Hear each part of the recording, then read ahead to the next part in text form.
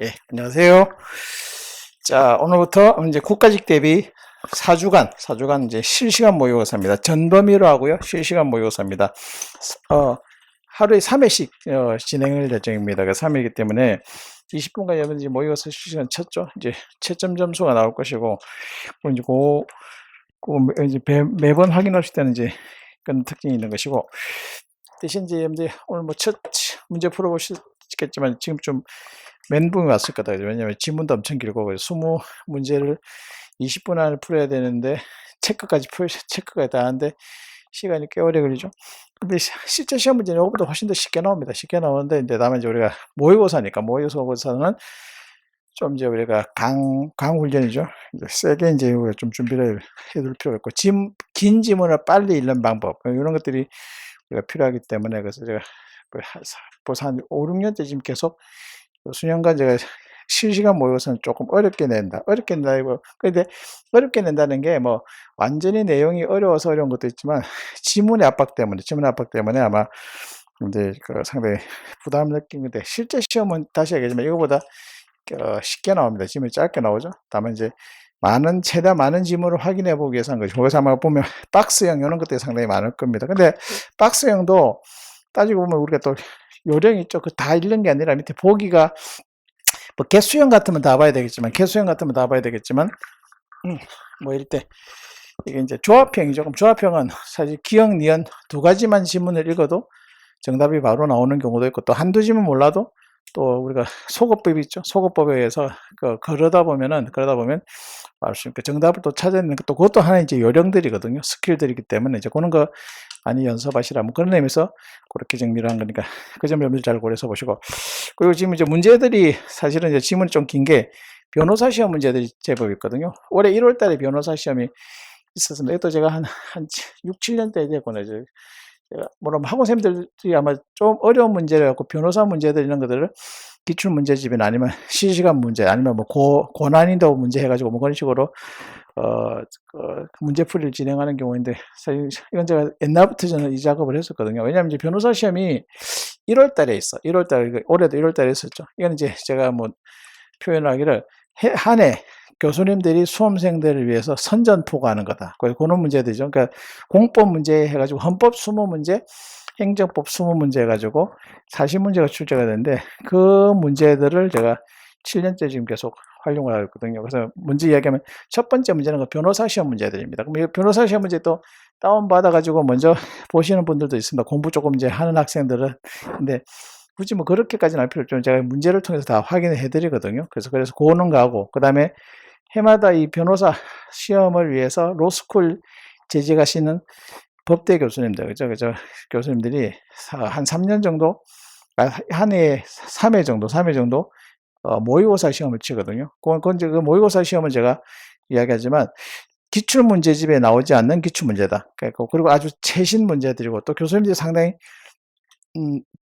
로스쿨 재학생들을 상대로 하기 때문에 조금 이렇게 문제를 잘 만드느냐, 다른 건 성의 없다는 이야기는 아닌데 상당히 심의를 위해서 만드는 문제들, 그리고 최신 판례들, 그리고 교수님들이 최근에 어떤 지문들에 상당히 많은 관심을 가지고 온 거예요. 이는 이제 일종의 가장 출제 트렌드를 최근 걸 알 수 있는 그런 문제들이거든. 그래서 그거 제가 타이핑해가지고 그걸 모의고사로 적절히 편집을 해가지고 이제 그렇게 문제를 구성한 것이기 때문에 그래서 그런 부분을 이미 제가 이야기를 드렸죠. 그럼 여러분들 지문은 다소 좀 어렵게 느껴질 수 있지만 우리가 해설 강의는 이제 지문 하나하나 다 설명을 합니다. 그리고 지문을 통해서 이 지문을 여러분들 이제 연습을 할 때는 시간 안에 풀 때는 한두 지문 안 읽고 정답이 나오면 바로 체크하고 어쨌든 뭐 안에 20분 안에 정답을 체크해서 답안지를 제출해야 되기 때문에 그 작업을 하되 대신 이제 해설 강의는 다 하면 그럼 여러분들이 해설할 때 지문 하나하나 잘 확인해서 보시고 그리고 이제 그걸 OX를 판독을 하고 그리고 이제 정확하게 지문을 이해했는지를 체크하는 그런 작업을 하도록 하겠습니다. 그리고 첫 시간에 제가 늘 하는 이야기지만 기본 교재 항상 지참을 하시고 바로 확인할 수 있는 것. 다음에 이제 우리가 단원별하고 그 다음에 아간기 할 때 그때는 이제 단원별로 했기 때문에 순차적으로 보기 때문에 여러분들이 좀 기본 교재 찾기가 좀 수월했지만 그러나 이게 전범이기 때문에 순간적으로 왔다 갔다 하게 될 겁니다. 물론 이제 모든 지문을 다 책에서 확인해 드리지 않고 제가 필요한 거는 페이지만 불러드립니다. 올해 교재 기준으로 좀 페이지 불러드리면 작년 교재에 있는 분들은 그 비슷한 언저리에 좀 있으니까 그걸 찾아서 책에서 확인해보고 또 필요한 부분을 제가 교재에서 직접 확인해드리고 있는 것들이기 때문에 항상 기본 교재, 제가 늘 얘기했죠. 기본 교재를 처음에 열심히 봐놓고, 그죠? 문제풀이 할 때는 딴 거 보고, 또 심화할 때는 또 다른 교재 보고, 상당히 비효율적이었죠. 한 권에다가 계속 염두에 집중해서 보시고, 책에서 확인하시는 거 바로 확인하고, 그렇게 하시는 게 필요하기 때문에, 그러면 아마 기본반, 단과반 들었다 하시는 책 아래 위에 옆에 체크되어 있는 거죠. 필기되어 있는 것도 있고 박스나 도표로 정리했던 것도 있고 하기 때문에 그래서 그런 걸 바로바로 책에서 확인하시는 방법으로 여러분들이 수업을 이제 들으시고 그렇게 하면 되겠습니다. 그래서 뭐 하는 얘기는 프린터물이죠. 프린트 찌라시라고 표현하면 그렇죠. 프린터물에다가 너무 공들이지 마십시오. 막 적고 막 형광펜을 적고 나중에 한 번 더 보겠다는데 이건 이제 앞으로 계속 자료가 여러분들이 제공되거든. 그러면 나중에 자료에 여러분들이 짓눌려 가지고 막판에 정리 못하고 그러는 경우가 많거든. 그래서 다시 보겠다는 생각으로 막 열심히 적는데 필기가 나쁜 건 아닌데 이제 일단 적어놓고 나중에 봐야지. 나중에 보는 교재에서 충분히 확인할 수 있는 부분들이기 때문에 그래서 프린트물에 너무 공들이지 말고 다음에 이제 프린트 보다가 이 지문은 좀 생소한 지문이다. 체크. 이거는 내가 제대로 이해했나? 아니고 대부분 이해한 지문들이 많이 있을 겁니다만 이해 못 헷갈리거나 아니면 좀 생소하거나 그런 것들 이제 별도로 표시해 뒀다가 책에서 기본 교재에서 꼭 찾아서 확인해서 보시고 그런 식으로 그러면 이제 제가 책에 있는 각종 도표나 박스 이런 거에 또 많이 활용을 하죠. 그래서 그런 걸 정리를 해서 가지고 앞으로 4주간 아주 이제 강 트레이닝입니다. 강 트레이닝이니까 그런 취지로 진행되는 거고, 그럼 이제 그거까지 끝나면 또 지방직 대비해가지고 지방직 배웠고, 그런 수업이 또 다시 진행될 예정이니까, 그 점을 여러분들이 고려해서 보시면 되겠습니다. 자, 이 정도 보시고, 자, 볼까요? 1번부터 봅시다. 1번. 포괄임금 원칙에 대한 설명 중 옳은 것, 옳지 않은 것, 올바르게 조합된 것. 포괄임금 원칙은 우리 행정입법 파트에 나오는 이야기죠. 1번. 국회입법에 의한 헌법 제40조와 행정입법에 대한 75조, 95조, 28조 살펴보면 포괄임금 원칙은 입법부와 행정부 사이의 권력 배분의 문제이므로 법률이 대법원 규칙에 입법을 위임하는 경우 포괄임금 원칙은 적용되지 않는다. 이 기억은 틀린 지문이죠. 처음 보는 지문이죠. 이건 이제 뭐냐? 포괄임금 원칙은 보통은 행정입법이잖아. 행정입법은 행정부가 입법을 하고 입법부가 법률을 만들지만 행정부한테 입법권을 넘겨주는 게 행정입법이죠. 근데 이게 동일한 취지로 입법부가 사법부한테 입법권을 넘겨주는 경우도 있단 말이야. 여기 이제 대법원 규칙이죠. 그럼 대법원 규칙은 법원에서 소송법은 입법부가 법률을 만들지만 소송의 세부적인 사안은 소송의 세부적인 사안은 대법원이 아무래도 소송 진행을 잘 아는 전문가들이기 때문에 입법부가 행정부뿐만 아니라 사법부한테 입법권을 넘겨주는 경우도 있거든. 여기 대법원 규칙. 그럼 역시 마찬가지로 대법원 규칙도 넓게 보면 법적 구속력 있는 법규 명령인데 다만 행정부가 하는 게 아니라 사법부가 하는 것이겠죠. 근데 어쨌든 입법권은 입법부가 가져야 되는 상황이기 때문에 대법원한테 넘겨줄 때도 뭐가 필요합니까? 포괄임금 원칙은 적용된다고 봐야겠죠. 그래서 마지막 문장이 틀렸죠. 그래서 법률이 대법원 규칙에 보통은 이제 입법부하고 행정부 사이 권력분리 문제, 요까지는 요게 대부분이지만 사법부한테 넘겨주는 입법권, 요 대법원 규칙이죠. 여기에서도 포괄임금 원칙은 적용된다라고 봐야 되겠죠. 그래서 기억은 틀렸습니다. 그럼 밑에 보기 보니까 XO, XXO죠. 그러면 뭐 2번과 5번은 일단 탈락이 되겠죠. 그리고 눈으로 봐도 5개 중에서 변호사 시험은 오지선다거든요. 오지선다는 변호사 시험이나 국회 문제나 이런 것도 있기 때문에 그럼 5개 중에 봐도 왠지 X 쪽에 좀 물론 이건 이 방법은 절대적인 건 아닙니다. 그거는 허점을 노려가지고 또 2개, O가 정답인 경우도 있긴 있습니다만, 일단 이것도 그러니까 조합형의 또 요령만 들면 안 되는데, 근데 여러분들 시간 안에 빨리 푸는 그런 것도 연습이 필요하기 때문에 보니까 X죠? X 쪽에 가깝다. 그래서 일단 2번과 5번은 탈락. 미안. 행정각보의장은 소강 사무에 관하여 법률이나 대통령령의 위임 또는 직권으로 부령을 받을 수 있는데, 법률이 부령에 입법을 하는 경우 대통령이 위임하는 경우에와 마찬가지로 구체적으로 범위를 정하라. 그러니까 법률에서 대통령령을 넘기든 총리령 부령을 넘기든 구체적으로 범위를 정하여. 포괄임금 원칙이 구명해잖아. 구체성, 명확성, 예측 가능성이죠. 그러니까 부령에 넘길 때도 구체적으로 범위를 정해서 해야 되겠죠. 니언은 맞는 지문 O가 되겠죠. O니까 뭐가 탈락입니까? 일단 1번은 탈락이죠. 그럼 이제 3번과 4번인데 그럼 디귿은 O니까 볼 필요가 없어. 그죠? 무조건 O야 되겠죠? 그럼 지금까지 했던 게 정확하다면. 그럼 이제 리얼을 보는 거죠. 행정규칙은 법규명령과 같은 엄격한 제정 및 개정 절차를 요하지 아니하므로. 맞죠? 위임 입법이 제한적으로 인정이 되지만 위임이 불가피하게 인정되는 경우 법률의 위임은 반드시 구체적 개별적으로 한정된 사안에 대해서 행하여져야 되는 거 아니다. 그러니까 법률에서 보통 행정 입법을 위임할 때는 법규명령한테 위임하죠. 행정규칙은 행정 내부 조직에 있는 업무 처리 지침이기 때문에 요건 절차가 상대적으로 완화되죠. 근데 위임을 행정규칙에 위임할 수도 있죠. 그게 우리가 법령 보충적 행정규칙이잖아. 그러면 법령 보충적 행정규칙에 위임할 때도 뭐는 하면 안 돼? 포괄위임은 금지되겠죠. 그래서 뭐야?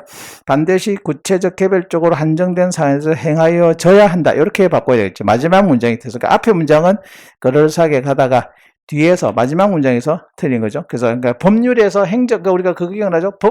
포괄임금 존칙은 법령 보충적 행정규칙의 경우도 포괄임금 존칙은 적용된다라고 했죠. 그러니까 법률에서 행정규칙 위임할 때도 개별적, 구체적, 한정된 사안을 위임을 해야 된다. 요 이야기를 하는 것이겠죠. 그래서 리얼은 틀린 질문입니다. X. 그래서 정답은 4번이 되겠죠. 뭐 디귿은 이거 우리가 뭐 워낙 유명한 질문이죠. 이건 계속 오늘도 두세 번 더 보게 될 건데 조례에 넘길 때는 법규명령에 대한 위임과처럼 포괄적으로 개별적 구체 위임하지 않고 포괄적 위임도 가능하다라고 하는 거죠. 뭐 이거는 워낙 유명한 거죠. 그래서 지방의회는 민주적 정당성이 아니라 주민의 대표가 아니고 헌법이 지방자치의 포괄적인 자치권을 보장하는 취지를 봤을 때 조례에 대한 법률 위임은 법규명령에 대한 법률 위임 같이 반드시 구체적으로 법률 정할 필요가 없음을 조례라는 특수성 때문에 그런 거죠. 그래서 포괄적인 위임도 허용된다라고 볼 것이다. 맞죠? 디귿도.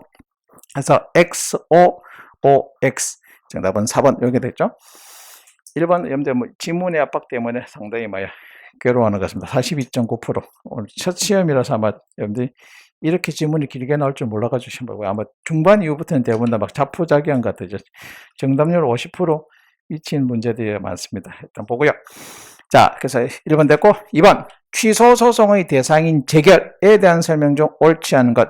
재결은 그 자체의 고유한 위법이 있는 경우에만 취소 소송의 대상이 되므로 맞죠? 재결 자체의 고유한 위법이 있다. 근데 재결 자체의 고유한 위법이 있다서 본안 판단을 했는데 재결 자체의 고유한 위법이 없는 거로 판독이 되었어. 그럼 사실 대상이 안 되는 거 가져왔기 때문에 기본적으로 뭐 해야 돼?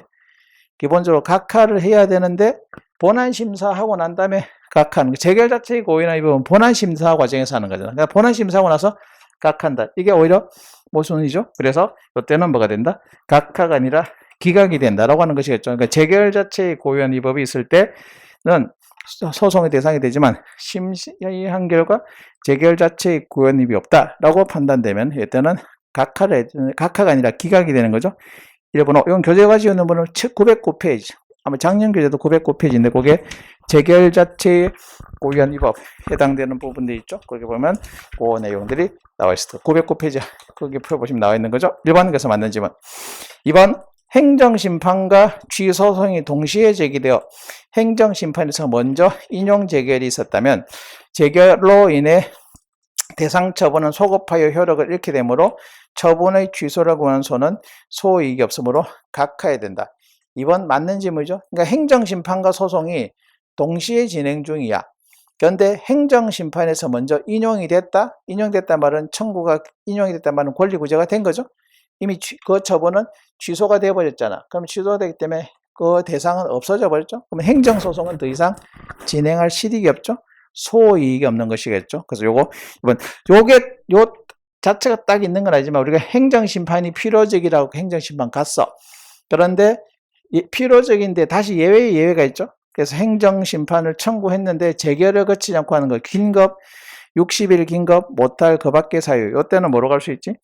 행정심판 재결 거치지 않고 소송을 갈 수 있는데 소송 갔다고 해서 심판 절차가 종결되는 거 아니라고 했죠. 그럼 두 가지가 병행되고 있다가 행정심판에서 먼저 인용재결, 형성적 재결, 인용재결이 내려지면 소송은 더 이상 진행할 필요 없다. 그거가 같은 취지가 되겠죠. 이건 교재 보시면 917페이지. 그러니까 2번은 910, 나중에 복습하실 때, 지금 한번 펴봅시다. 917페이지에 가서 보시면, 917페이지에 가서 보시면 거기에 2번 판례가 있을 겁니다. 2번 판례가 있죠. 그래서 2번 판례 보시면 심판과 소송이 동시 진행. 이 이야기는 아마 심화 때 설명했죠. 심판과 소송이 동시 진행 중이다. 심판에서 먼저 형성적 재결, 인용 재결이 내려진 거죠. 심판에서 권리 구제가 됐기 때문에 소송은 더 이상 다툴 실익이 없죠. 그래서 소익이 없다. 각하. 2번 맞죠? 맞는 질문 5. 3번 불이익 처분에 불복하여 소청 심사를 청구했으나 기각됐을 때 기각 재결의 사실 오인이나 재량권 일탈 남용이 인정되는 경우라더라도 이때 취소 소송 대상이 된 것은 원처분이다. 그러니까 행정심판에서 기각되니까 야 기각 재결 자체가 사실관계를 오인했다. 또 뭐입니까 재량권 일탈합니다. 그러니까 재결 자체의 고유한 위법이니까 이거 뭐 해달라. 재결을 소송의 대상을 삼아달라. 뭐 이런 주장인데 그거는 받아들이지 않는 거죠. 그러니까 이때는 여전히 원처분이 소송의 대상이 된다. 요거 3번은 교재를 보시면은 3번을 교재 보시면 910페이지. 아까 재결 자체의 고유한 위법이죠. 910페이지 보시면 거기에 6번 판례죠. 소청 결정이 재량권 남용 또는 일탈로서 위법하다는 주장은 소청 결정의 취소 사유가 재결 자체의 고유한 위법이 있는 경우에 해당하지 않기 때문에 원처분. 이런 건 잘 안 보죠. 잘 안 보는데 또 변호사 모의 시험에서 나왔던 질문들이기 때문에 이거 확인해서 보시고. 그래서 3번은 맞는 질문이 되겠다. 3번. 이렇게 정답률이 20% 나오는데 제가 마산에서도 수업을 했었는데 창원에서 수업했는데 요 3번 찍은 학생들이 많더라고. 그렇지도 않네. 하나, 둘, 셋, 3번 찍은 학생이 18.87. 그렇게 맞지도 않네. 4번 찍은 학생들이 많고요. 자, 보자. 신청에 대한 거부. 4번이 38.9번 한번 보자. 신청에 대한 거부. 일단 3번 설명됐고, 4번 신청에 대한 거부 처분을 취소하는 인용 재결이 있은 후 행정청이 재결에 따라 신청을 인용하는 재처분한 경우에 이해관계 있는 제3자는 재결의 취소를 구할 법률상 이익이 없다. 요거 아주 생소하죠? 요것도 책에 있어. 교재 보시면 되나? 그 페이지 910페이지에 보시면 그 맨 마지막에 11번 판례 있죠? 11번 판례가 있습니다. C급으로 해서 잘 안 보는데 이겁니다. 내가 허가해달라고 신청했어. 연탄공장 허가를 신청했죠. 요거 이제 사실관계죠. 허가를 해달라고 신청했는데 신청이 거부됐어. 신청이 거부됐는데 이 거부에 대해서 그럼 이제 연탄공장 사장 내가 거부 처분을 취소 심판을 제기했죠. 취소 심판을 제기했는데 취소 심판에서 이 거부 처분이 인용 재결이 내렸죠. 그럼 인용 재결이 내렸다는 말은 무슨 말이야? 이 거부 처분이 위법하니까 취소한다 이거잖아. 그럼 신청에 대한 처분이 거부됐을 때 이 거부가 인용되면 거부 처분이 취소했으니까 뭐가 있어? 재처분 의무가 있는 거죠. 재처분 의무가 있다. 그래서 재처분 의무가 있어가지고 행정청이 연탄공장 신청을 허가를 해주는 거야. 그럼 허가를 해주면 나는 이제 권리구제가 됐죠. 근데 이제 누가 반발하는 거야? 주민들이 반발하잖아. 그럼 인건 주민들 입장에서는 사실 뭐에서는 좋았는데 인건 주민들 입장에서는 이 거부 처분은 유리한 거였잖아. 근데 뭐 때문에 얘가 그러니까 연탄공장 사장 내가 심판에서 인용되게 그러니까 요것 때문에 이 후속 절차가 진행돼서 허가가 내려졌다. 그러니까 인건 주민이 요 인용 재결을 소송을 제기한다. 이런 구도거든. 그럴 필요 없이 뭐 하면 됩니까? 이 허가를 직접 제3자를 요걸 다투면 되는 거지. 굳이 인용 재결 때문에 거부가 잘 됐던 거부가 인용 재결 때문에 취소가 되고 재처분 의무 때문에 이 허가가 받았기 때문에 인용 재결을 소송을 제기한단 말이야. 이거는 굳이 그럴 필요가 없다는 것이겠죠. 뭐 하면 돼? 보다 직접적으로 뭐 하면 되는 거야? 허가를 제3자로서 소송 제기하면 되는 것이기 때문에 굳이 인용 재결을 재결 자체의 고유한 위법이 있다는 이유로 소송을 제기할 필요가 없는 것이겠죠. 그겁니다. 그러니까 들어보면 쉬운 내용인데 별로 어렵지 않은 내용인데 보통 우리 잘 안 보다 보니까 생소하죠. 그래서 그 이야기. 비교적 최근에 나왔던 2017년도 비교적 최신 판례죠. 그래서 그래놓고 한번 읽어봅시다. 신청에 대한 거부 처분을 취소하는 인용 재결이 있은 후 행정청이 재결에 따라 신청을 인용하는 재처분했을 때 이해관계 있는 제3자, 여기 인건주민이잖아. 인건주민은 뭐 하면 돼? 이 재처분한 요 허가를 직접 소송을 제기하면 되는 거지. 굳이 우회적인 인용 재결을 재결 자체에 고유한 위법이 있다고 소송 제기할 실익이 없는 것이겠죠. 그래서 4번. 재결의 취소를 구할 법률상이 없다. 맞죠? 그러니까 이런 것들이 이제 보통 잘 안 보죠. 잘 안 보다 보니까 뒤에 있고 잘 안 보다 보니까 여러분들이 생소해서 틀리는 경우가 많은 것 같은데 그래서 3번을 아마 찍은 학생들이 많은데 틀렸습니다. 3번은 맞는 질문이죠. 맞는 질문. 자, 5번. 적법한 행정심판 청구를 부적법하다고 각하한 경우 내용상 기각 재개가 차이가 없으므로 원처분을 항고소송. 근데 우리가 1번, 2번, 3번, 4번 헤맸지만 5번은 기억납니까? 이게 재결 자체의 고유한 위법인 게 두 가지 패턴. 행정심판을 청구했는데 본안 가야 되는데 각하했다. 각하 재결이 재결 자체의 고의에 입었으니까 각하 재결 소송 제기하는 거죠. 반대로 행정심판이 요건 못 갖춰 각하돼야 될 게 인용돼 본안 갖죠. 본안 재결. 그럼 이것도 역시 마찬가지로 본안 재결도 재결 자체의 고의원 위법이 있는 사항이죠. 그러니까 이거 봐.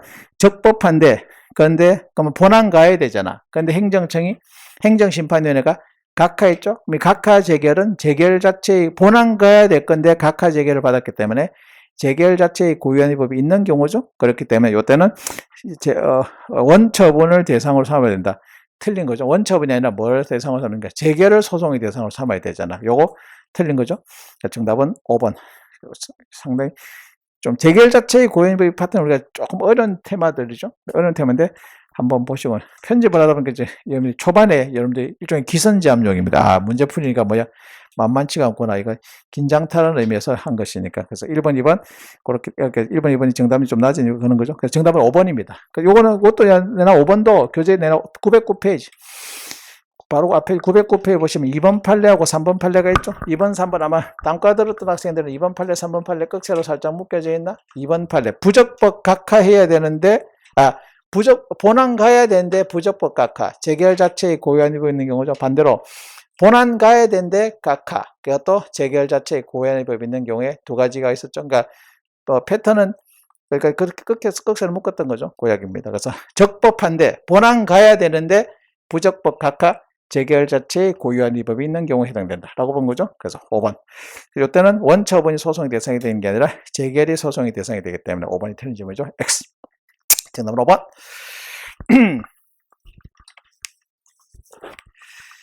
20.0%가 되네요. 자, 3번.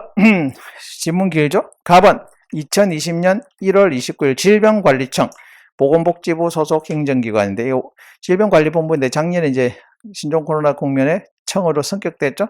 이 예방접종 피해 신청을 하였고 질병관리청장은 2020년 3월 27일 날 피해 보상의 기각 결정하였다. 기각 결정은 4월 10일 날 송달되었죠. 결정은 3월 27일쯤은 도달된 시점이 효력 발생 시점이 되는 것이겠죠. 우리가 행정행위 효력 발생 시점 준해 형절 표도 요게 도달되어야 효력이 발생하는 거죠. 그런데 감염병관리법령은 피해 보상의 기각 결정에서 이의신청 규정이 없지만 이의신청을 다시 했고 그리고 재심의한 후 이의신청을 기각하였다. 역시 또 2020년 10월 16일 날 그러니까 결정은 9월 29일이지만 시간적인 텀을 두고 10월 16일 날 갑에게 송달되었죠. 갑이 행정심판을 청구하자는 경우에 이에 대한 설명을 옳지 않은 것. 자, 행정심판 청구할 때 옳지 않은 것 1번.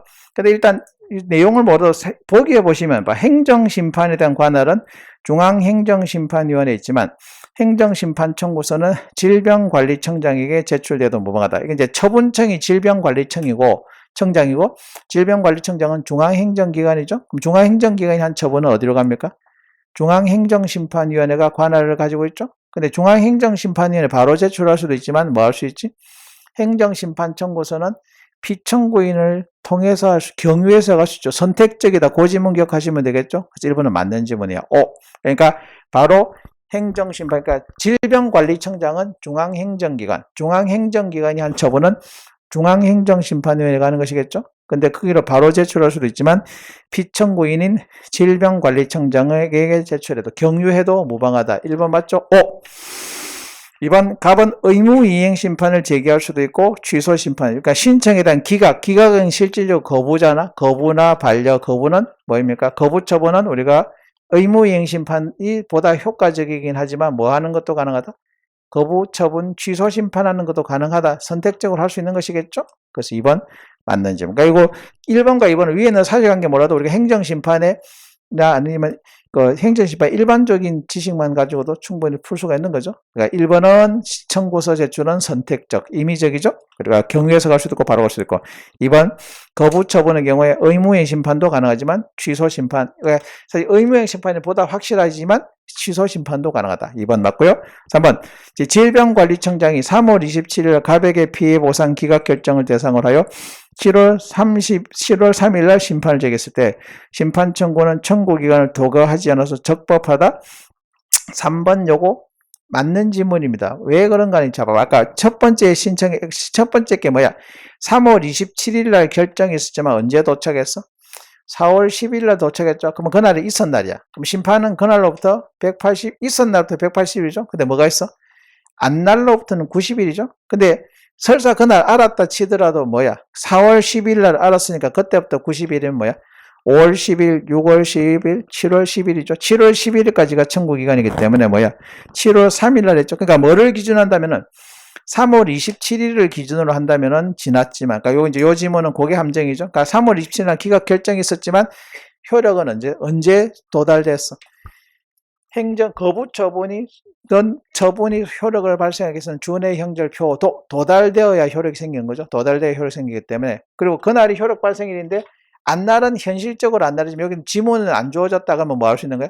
뭐 최소한 그날 알았다 치더라도 뭐야? 7월 3일에 제기한 건 뭐야? 그러니까 뭐 180일은 당연히 안에 있지만 뭐를 기준으로 한다 하더라도 90일을 기준으로 하더라도 7월 10일까지 하면 되기 때문에 뭐야?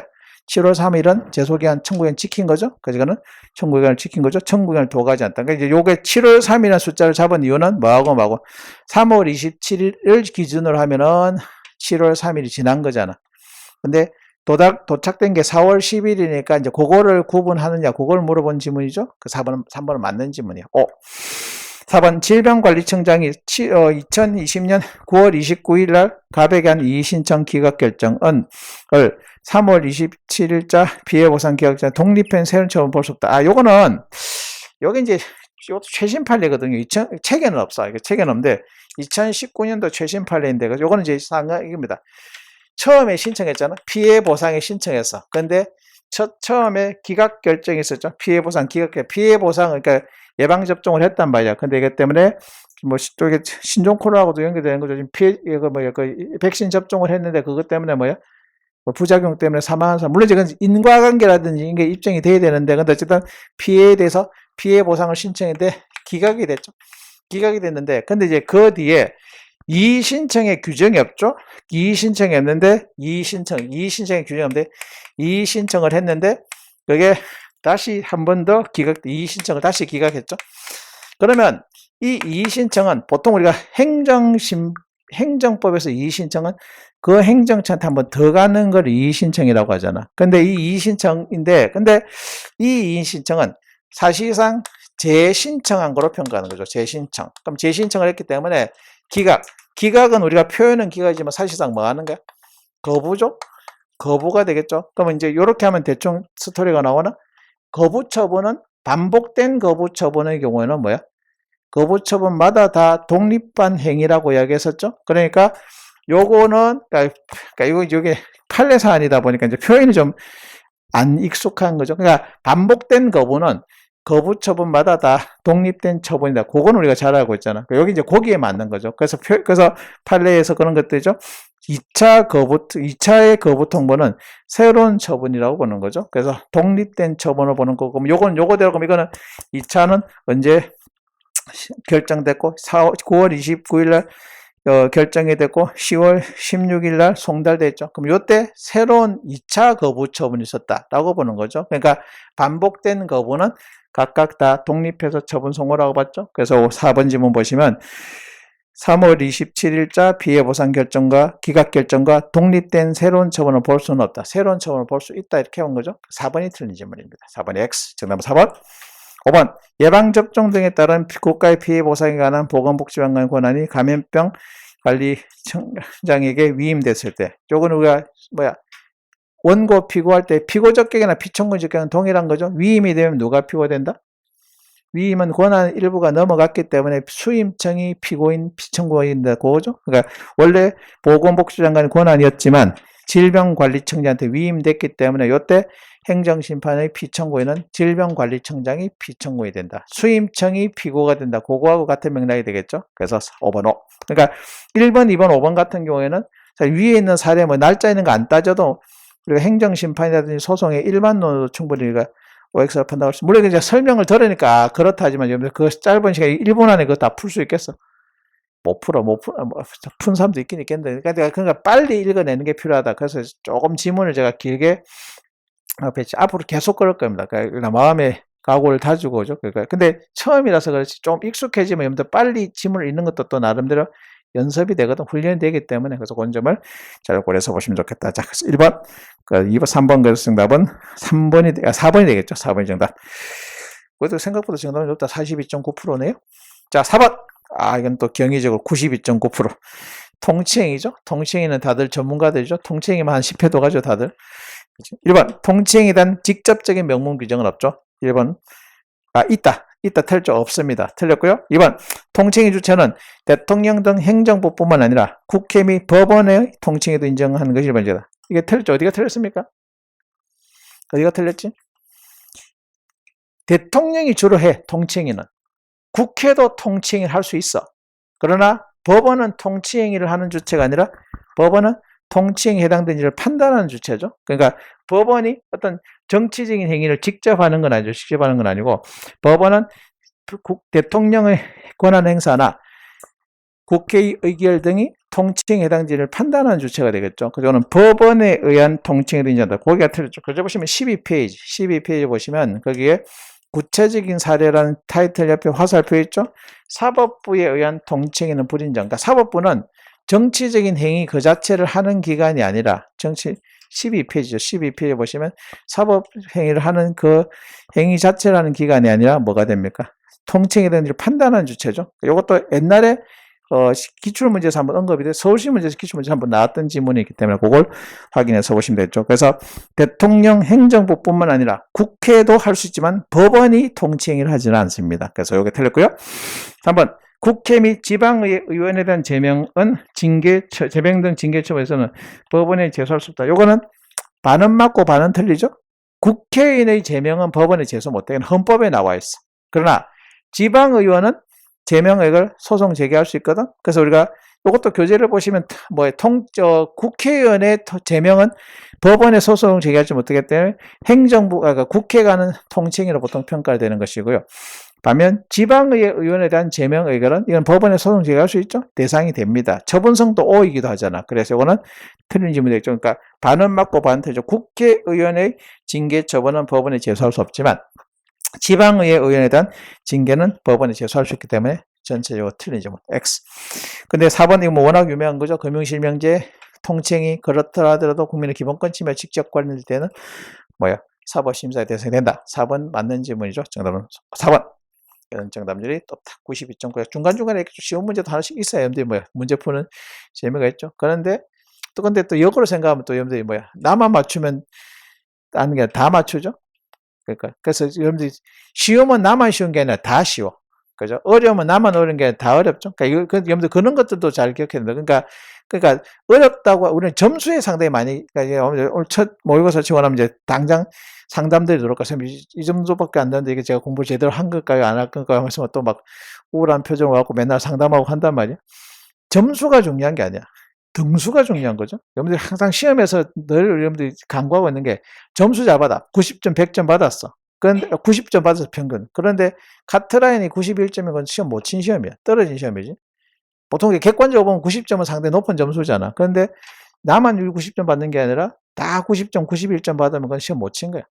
떨어진 거죠. 반면 점수 평균 60점 나왔어. 근데 카트라인은 59점이야. 그럼 그건 시험 잘 친 거야. 그러니까 물론 지금 여러분들이 점수가 잘 나오면 우선에 기분 좋고 또 쉬운 문제 풀면 내가 상당히 실력 있어 보이고 점수가 안 나오면 막 우울해하고 그렇게 하는데 여러분들이 점수에 연연해 첫 시간에 제가 계속 이야기하는데 점수에 연연해 하지 말라는 건 등수가 중요한 거지 점수가 중요한 건 아니에요. 그러니까 쉬우면 나만 쉬운 게 아니라 다 쉽고 어려우면 나만 어려운 게 아니라 다 어렵거든요. 근데 다 어려운데 내가 잘 치면 그게 이제 합격할 가능성이 높아지는 것이니까 그래서 점수에 너무 연연해 하지 말고 대신 이제 멘탈이 웬만큼 강하지 않으면 점수가 자꾸 안 좋게 나오면 막 우울하단 말이야. 그래서 멘탈을 잘 가다듬으라는 의미에서 한 거죠. 이것도 사실 쉬우니까 다들 또 야 이거 내가 맞췄다 실력 있다 하지만 다 맞춘 거잖아. 그러니까 다 맞추는 건 또 그러니까 다 맞추는 건 다 맞추고 다 틀리는 것 중에 하나 더 맞추는 거 그게 우리가 합격을 하는 아주 어떻게 보면 단순한 원리죠.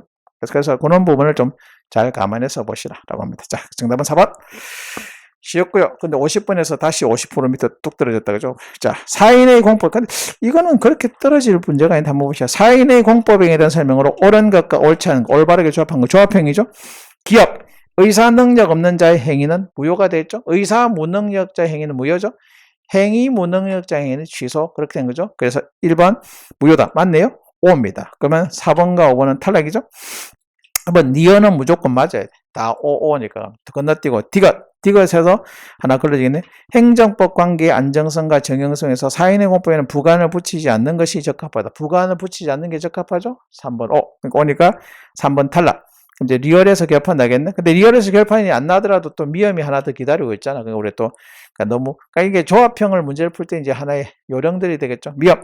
사인의 공법 행위는 공정력, 집행력, 특수한력 인정이 된다. 이거 맞잖아. 그러니까 사인의 공법 행위가 우리가 가장 기본적인 사안들 이야기하는 거죠. 그래서 리얼 맞죠? O. 그럼 이제 미음은 볼 필요 없이 전부 다 오가 되겠죠. 그러면 니언은 봐. 민법의 비진의 의사표시 관련되는 규정. 그래서 정확하게는 사실은 정밀적으로 좀 비진의 의사표시에 관련되는 뭐 무효죠. 비진의 의사표시. 그러니까 상대방이 알았거나 알 수 있을 때는 무효로 한다는 무효 규정은 성질상 사인의 공법에는 적용되지 않는다. 이렇게 하는 것이겠죠. 그래서 조금 선회해서 보는 거죠. 그래서 니언은 맞고. 자, 미음. 공무원이 한 사실의 의사표시, 요거 뭐입니까? 철회하는 것이 신의 측에 반하다 특별 인정되는 경우에는 철회가 허용되죠. 요 지문이 조금 생소하구나. 그죠? 이게 뭐냐면, 뭐 할 때까지 할 수 있어? 그러니까 사표 내도 뭐 할 때까지 면직 처분이 있기까지는 자유롭게 철회 보정이 가능하죠. 그러나, 일단 면직 처분이 있고 난 다음에는 뭐 할 수가 없어. 물릴 수가 없다 하겠죠. 그러니까 그런 경우가 있고, 그리고 이거는 신의 측에 반한다고 인정되는 경우에는 철회가 허용되죠. 예를 들어서 이런 거야. 내가 오늘 사표 냈어. 허구한 날 사표 사직을 가지고 있다. 오늘 냈어. 근데 면직 처분 하려고 하는데 내가 철회한다. 철회했죠. 근데 내일 와서 또 신청해. 사표 냈다가 뭐 한 거야. 또 면직 처분 하려니까 또 철회. 그죠? 그러면 이제 행정심사, 야, 이 장난도 아니고, 이거 완전히 이거 뭐야. 아무리 네가 자유롭게 철회할 수 있다 하더라도 이건 너무 권리 남용한 거 아니냐. 뭐 이런 상황이 생길 수 있죠. 그럴 때는 철회가 제한될 수 있다는 것이겠죠. 그러니까 막 허구한 날 사표 냈다가 면직 처분하면 철회하고 또 그런 게 계속 반복되면 이제 행정청 입장에서는 이건 아무리 철회할 수 있는 권한이 내 자유로운 권리를 하더라도 이거는 권리 남용이다. 뭐 장난치는 것도 아니고 뭐 이런 특수한 사정이 있을 때는 말할 수 있지. 철회가 제한될 수 있다죠. 이런 지문은 좀 생소한 지문이죠. 아직까지 기출문제에서 보지 못했던 지문이지만 이제 그렇게 특별한, 항상 우리가 판례 원문들 보면 그런 말들이 살짝 씁니다. 특별한 사정이 없는 한, 뭐 이런 식으로 해가지고 항상 밑밥을 깔아놓죠.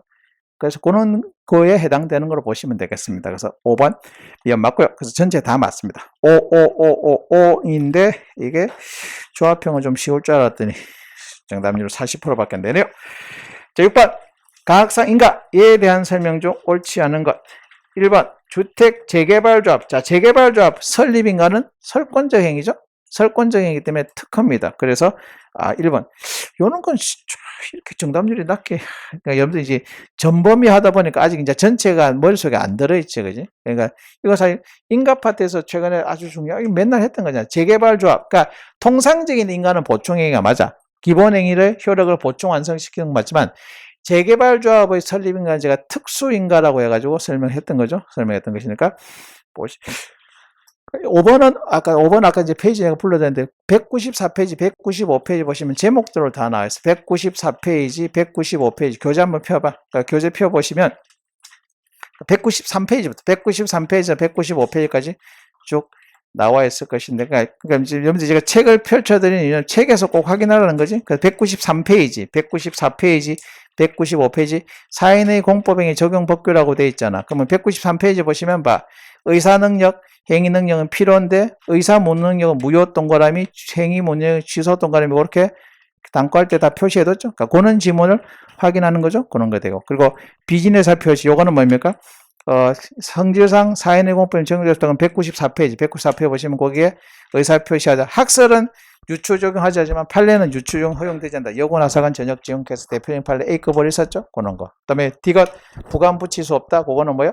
195페이지에 보면 부관을 붙일 수 없다. 그렇게 표시되어 있죠. 그리고 4번 이건 우리 또 유명한 리얼은 뭐야? 그 공종강 하고 공종강 허용되지 않는 거죠. 그건 192페이지 보시면 사인의 공법행위에 앞집에는 누가 있어? 행정행위가 있고 뒷집에는 뭡니까? 사인의 사법행위인데 행정행위 특성 공종강인데 사인의 공법에는 공종강 X 이렇게 되어 있죠. 그러니까 그런 걸 책에서 확인하는 게 필요한 거죠. 그러니까 이게 정답률이 그렇게 낮게 나올 문제들은 아니고 다 기본적인 문제 사안들인데 문제적인 사안인데 조금 여러분들이 문맥이라든지 표현이 특히 이제 미음 같은 경우에는 또 이게 평소 때 안 보던 지문이다 보니까 낯선 지문이 나오면 여러분들이 당황하는 경향이 역력해요. 뭐 창원에서도 수업하니까 문제풀이 해보니까 그래. 그러니까 이게 어려운 지문은 아닌데, 근데 이제 여러분들 평소 때 기출문제나 이런 데서 잘 안 보던 낯선 지문들이 나오면 이제, 이거, 그러니까 실력 있는 학생들도 그런 경우가 곧잘 있더라고요. 그래서 그런 부분 확인하는 게 필요하고요. 됐고요. 5번 됐고, 그 다음에 이제 6번. 6번은 아까 재개발조합 설립인가죠? 요거는 통상적인 인간은 보충적인 얘기지만, 재개발조합은 설립인가가 설권적 행위죠. 그래서 보충행위 불가물, 그 힘이 틀렸죠. 정답 1번이요. 이게 뭐 아주 유명한 질문인데, 1번. 조합, 그래서 이때는 하자 있는 기본 행위를 다툴 게 아니라 조합 설립 결의 하자를 이유로 인가를 직접 제기하는 거 허용이 되죠. 그 뒤에도 틀렸죠. 조합, 그러니까 설권적 행위에 해당되기 때문에 조합 총회 결의 하자리로 인가 취소를 구하는 항고소송 정에서는 허용이 된다. 이렇게 해야 되잖아. 부적법하다 틀렸죠. 그래서 1번 X. 정답은 1번이고요. 2번. 주택 재개발조합 설립인가에 대해서 재개발조합은 이제 뭐야? 그러니까 설립인가로 보니까, 그러니까 이게 재개발조합 설립은 왜 이걸 그러니까 특허로 보느냐? 재개발조합은 이제 재개발조합으로 법인으로 설립이 되면은 행정 주체로서 재개발 사업을 강제로 추진할 수 있는 특권이 인정이 되는 거죠. 그래서 이번에 그거죠. 그 연장선상이죠. 재개발조합의 설립인가에 따라 해당 재개발조합은 조합, 공공기관이잖아. 공공단체죠. 우리 공공단체에 뭐가 있어서 지조영제가 있는데 그 중에 공공조합이 뭐입니까? 행정주체죠. 그럼 행정주체가 된다는 의미는 뭐야? 재개발 사업을 모든 조합원이 일치한 게 만장일치로 찬성을 하진 않잖아. 그러니까 이제 반대하는 사람들이 있다 하더라도 재개발 조합은 그 재개발 사업을 강제로 추진할 수 있는, 물론 이제 보상이나 이런 것들을 하고 난 다음에 강제로 추진할 수 있는 특권이 주어지거든. 그래서 2번 맞는 거죠. 재개발 조합은 공범인을 지휘하게 됩니다. 2번 5. 3번 사회복지법인의 정관변경 허가를 지어보자. 사회복지법인이죠. 우리 법인 관련된 인간은 뭐였어? 기속행위라 재량행위라? 보통 법인 관련된 인간은 재량행위라고 이야기했던 거죠. 재개발조합, 법인 관련된 거, 사회복지법인, 그 다음에, 종교법인, 법인 관련된 인간은 재량행위다. 그 말 기억나죠? 물론 이제 법인 중에 뭐 관련되는 거? 학교 관련되는 인간은 기속행위로 봤지만, 법인 관련된 인간은 재량행위다. 그럼 재량행위다는 딱 나오면 그다음부터는 재량행위는 뭐야? 법에 특별한 규정이 없어도 뭐 할 수 있지? 부관을 붙일 수 있다라는 말로 연결되는 거죠. 그 이야기. 그래서 사회복지법인 정관변경 허가를 제보는 재량이기 때문에 할 때 비례원칙의 본질적인 효력을 하지 않는 법에서 부관을 붙일 수 있다. 부관을 붙일 수 있는 건 재량, 그러니까 사회복지법인에다 인가가 재량이기 때문에 부관을 붙일 수 있다라고 보는 거죠. 4번 5. 3번 맞는 거죠. 5. 4번 주택 재개발 정비사업조합을 위한 관리처분 계획이 그 조합총회에서 승인되었으나 아직 관할 행정청 인가 전이라면, 자, 이것도 봐. 재개발조합 설립 단계, 설립되고 난 다음에 관리처분 계획 물론 지금 정확하게는 관리처분 계획 아니라고 해주면 좋겠는데, 근데 관리처분까지 또 누가 질문하더라고. 선생님, 관리처분 계획은 처분 소거 아닙니까? 아니라고 해야 되는데 틀린 거 아닙니까? 그렇게 생각하는 학생 있나? 있을 것 같다. 표정 보니까 있는 것 같은데. 근데 이거는 인가전과 전체를 문맥을 맞춰서 봐야 돼. 인가전일 때는 아직까지 처분이 아니잖아. 그렇기 때문에 인가전이라면, 그럼 처분이 아니지만 대신 공법상 법률관계니까 무슨 소송? 당사자 소송을 하는 것이 되겠죠? 그래서 이때는 당사자를 다툴 수 있다. 4번 맞는 거네. 그러니까 인가 전이면, 만약에 인가가 되면 관리처분 계획 안자가 떨어져 버리면 관리처분 계획이 되니까 이건 또 뭐가 됩니까? 이거는 항고소송이 대상이 되겠죠? 그래서 그게 차이가 있는 것이겠죠? 그래서 4번 맞는 질문. 5번 관리처분 계획의 경미한 사안을 변경하는 경우는 달리 관리처분 계획의 주요한 부분 실질적으로 변경하는 것은 그러면 이거 새로운 처분을 한 것이기 때문에 기존에 있는 관리처분 계획은 없어진 것이다. 그렇게 된 거죠. 여기서 새로운 관리처분 계획을 수립했을 때는 당초 관리처분 계획은 원칙적으로 그 효력을 상실한다라고 보는 거죠. 이것도 이거는 그냥 책에는 없는 것 같아요. 책에 없는 것 같아요. 취지가 기존에 있는 관리처분 계획과 완전 다른 실질적으로 새로운 관리처분 계획이 있다가 기존에 있는 관리처분 계획은 폐기하고 새로운 관리처분 계획으로 변경되는 겁니다. 그런 취지가 되겠죠. 그래서 5번은 교재에는 없는 내용입니다. 없는 내용인데 그렇게 확인해서 보시고. 정답은 그래서 옳지 않은 것이니까 1번. 근데 뭐 이거는 2번, 3번, 4번, 5번 필요 없이 1번 집은 워낙 유명하고 대표적인 책은 특혜급 판례로 되어 있을 겁니다. 특혜급 판례로 인가 파트에 있는 거죠. 인가 파트이기 때문에 그거 잘 보시고. 339페이지인가? 339페이지. 올해 교재 기준했을 때 339페이지에 특수인가 했고 제가 묶어놓은 것들 있죠. 338페이지에 있구나. 그거 보시면 되겠습니다. 됐고요. 장육에도 아마 340페이지쯤 있겠다. 그게 확인해서 보시고. 정답은 그래서 1번. 이거는 정답률이라는 게 좀 의외인데. 7번. 다음은 국공립대학교 총장의 임용 제청 거부 처분 취소 소송에 대한 최신 판례다. 이거는 판례 하나에 있는 지문을 제가 세부적으로 제가 직접 만든 문제죠. 자, 쟁점들 여러 가지겠죠. 자, 1번.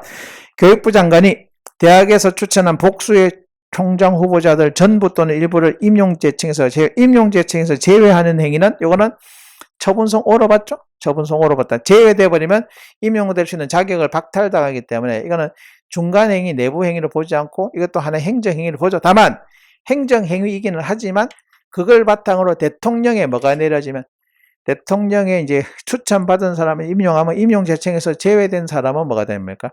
자기 신청을 거부당한 상황이 되기 때문에 그때는 이제 소이익이 없는 것이겠죠. 소이익이 없는 것. 그러니까 처분성 오에서 물어보는 거는 일단 임용제청을 제외하는 것은 처분성 오죠. 처분성 오이기 때문에 불이익 처분을 볼 수가 있습니다. 1번 틀렸죠. 근데 이제 2번은 그 연장선상에 나오는 거죠. 그런데 그걸 바탕으로 교육부 장관이 특정 후보자를 임용제청에 제외하고 다른 후보자를 임용제청함으로써 대통령이 임용제청된 다른 후보자를 총장으로 임명한 경우에는 임용제청에서 제외된 후보자는 대통령이 자신에 대한 총장 임용 제외 처분한 거로 보아야 이를 다투고 이때 피고는 교육부 장관이 된다. 2번이 맞는 거죠. 그 2번이 정답. 5가 되겠죠. 3번. 교육공무원 법령은 각 대학의 장 후보자를 복수로 추천하고 있는데, 그러니까 1순위, 2순위로, 그러니까 대학 내에서 이제 자율적으로 그 교수들끼리 투표해가지고 최고득 평자 1순위 갑, 2순위 을 요렇게 했죠. 근데 이거는 그냥 뭐 하나의 참고 사안이지 그 추천 순위 내용에 대통령이나 교육부 장관이 그게 구속되지는 않죠. 그래서 3번 교육부 장관의 대통령이 대학이 정한 추천 순위에 구속된다고 보인다. 구속되지는 않는 것이겠죠. 3번 X. 4번 그리고 이제 탈락한 사람이 이런 주장하는 거죠. 아니 내가 1순위로 추천이 됐고 내가 볼 때는 근데 내가 을보다 못한 게 뭐냐라고 이제 주장하는 거죠. 그러니까 이제 교육부 장관은 이렇게 합니다. 우리가 네가 못한 건 아니다. 결국 못한 건 아닌데 갑과 을 둘 다 훌륭하신 분이다. 다만 우리가 이제 정무적으로 판단했을 때 뭐한가요? 을이 더 적절하돼서 이제 내가 임용 제청을 했는데 그럼 이제 갑 입장에서 아니 그러면 그 각 추천할 때 각종 게 뭐가 있을 거 아니야? 그 추천 평가 요소도 있을 거 아니야? 평가 요소로 내가 뭐 그래서 학문적인 자질이 떨어진다든지 뭐 이런 것들 이런 거 있잖아. 그 각각의 뭐별로 평가 내역별로 산정된 점수를 뭐 해달라 공개해달라라고 요청하는 거죠. 그거 나한테 알려줘야 되는 거 아니야?라고 했더니 이거는 뭐야? 대학 총장의 경우 이런 것들은 정량평가가 아니라 정성평가죠. 그러니까 점수로 수치화시키는 게 아니기 때문에 구체적으로 평가 요소 산정 내역을 개별적으로 네한테 통지해줄 의미가 있는 건 아니다. 라고 하는 게 교육부 장관의 주장이죠. 판례가 교육부 장관의 손을 들은 거죠. 그래서 4번이 거짓 문제잖아. 그래서 임명될 때 교육부 장관에게 개별 심사 항목이나 고려 요소에 대한 평가 결과를 자세히 밝힐 의무가 있다. 꼭 그럴 필요는 없다는 것이겠죠. 그러니까 대학 총장 같은 경우는 아주 위에 총장을 임명하기 때문에 이건 상당히 많은 그러니까 판단 여지 내지 재량이 들어가는 것이겠죠. 그렇기 때문에 특히나 이게 정성적 평가지 정량적 평가가 아니기 때문에 구체적으로 수치 하나하나 평가 요소에 대한 평가 결과를 자세히 밝혀야 될 의무가 있는 건 아니죠. 요거 그래서 책에 보시면 뭐였습니까? 제가 대학 총장 임용 결격 사유하고 제가 판례 하나를 통으로 묶어 놓은 게 있죠. 올해 그저 보시면 아마 300페이지일 거예요. 300페이지 보시면 거기에 이거는 판례의 세부적인 테마별과 쟁점별로 있기 때문에 제가 하나의 그냥 판례를 그냥 파격적으로 다 적어놨죠. 그래서 그거 이제 제목 하나하나 보시면 이제 그걸 제가 지문화 시켜 놓은 것이겠죠. 그래서 그겁니다. 그래서 정답은 2번 되겠죠. 각각의 지문들이 다 시험 문제 나올 가능성이 높은 지문들이기 때문에 그죠. 요거 A급으로 되어 있죠. 이제 제가 만든 문제입니다. 제가 이제 만들어 본 문제이기 때문에 그런 걸 확인해서 보시고 그럼 정답 2번. 7번은 52.9. 자, 8번. 부관에 대한 설명 중 옳지 않은 것. 행정이 부관 중에서 부담은 원리부담, 독립쟁송 가능성 O라고 보는 것이겠죠. 유일하게. 그래서 1번 맞고요. 2번과 3번을 봐. 2번은 기한은 종기는 기한이죠. 기한은 독립성이 없죠. 독립쟁송 가능성 X. 그래서 제가 볼 때 2번이 틀렸네요. X. 정답 2번이죠.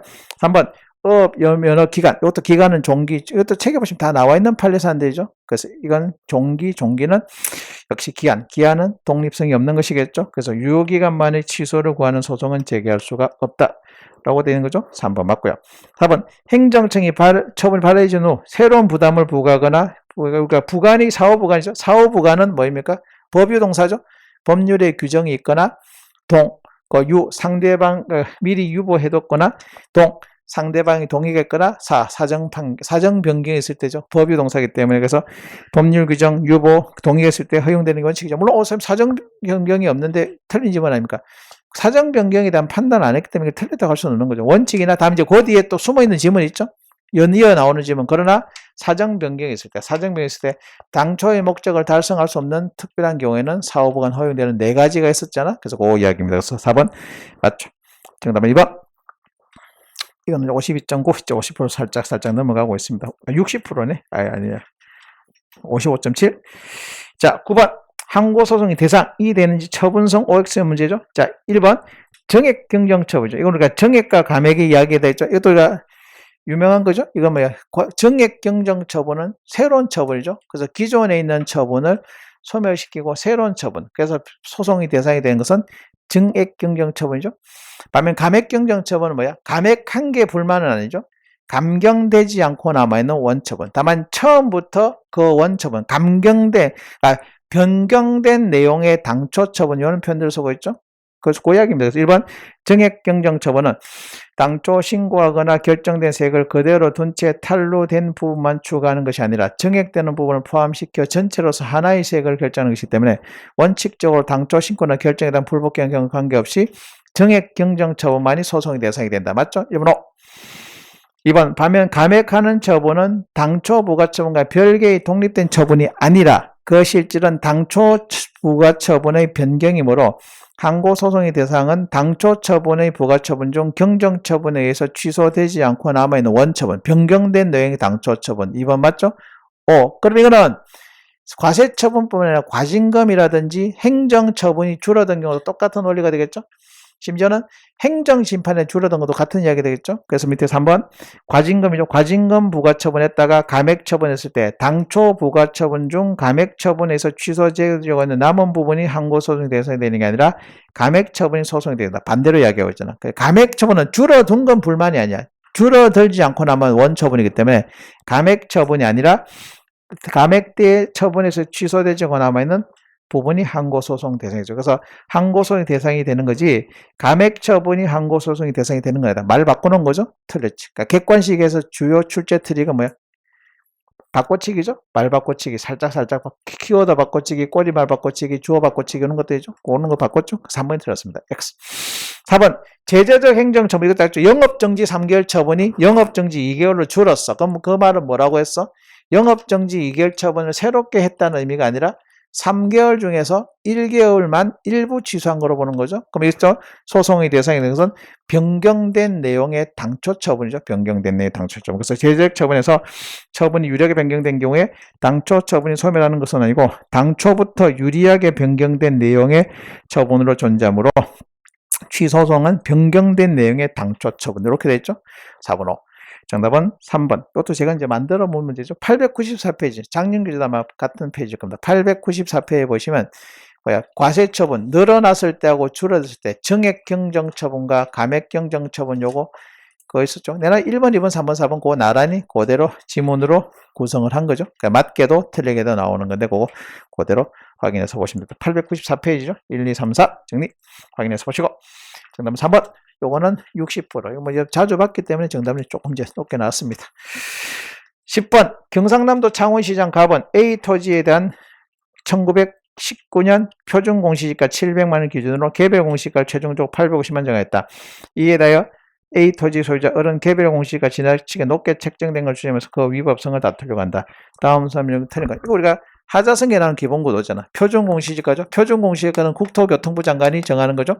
전국의 표준지의 땅값을 매기면 그걸 바탕으로 지자체장, 기초지방자치단체장이 자기 관할 구역에 있는 땅값 개별주민의 개별 공시지가죠. 그걸 토대로 과세 처분한다. 요게 이제 기본 그림이 되겠죠. 우리가 하자성계 세선 셋다 뭐야? 별개의 법률 효과를 목적으로 하는 것이겠죠. 그래서 기본적으로 뭐하고 뭐 사이야? 여기서 여기는 하자성계 안 되죠. X.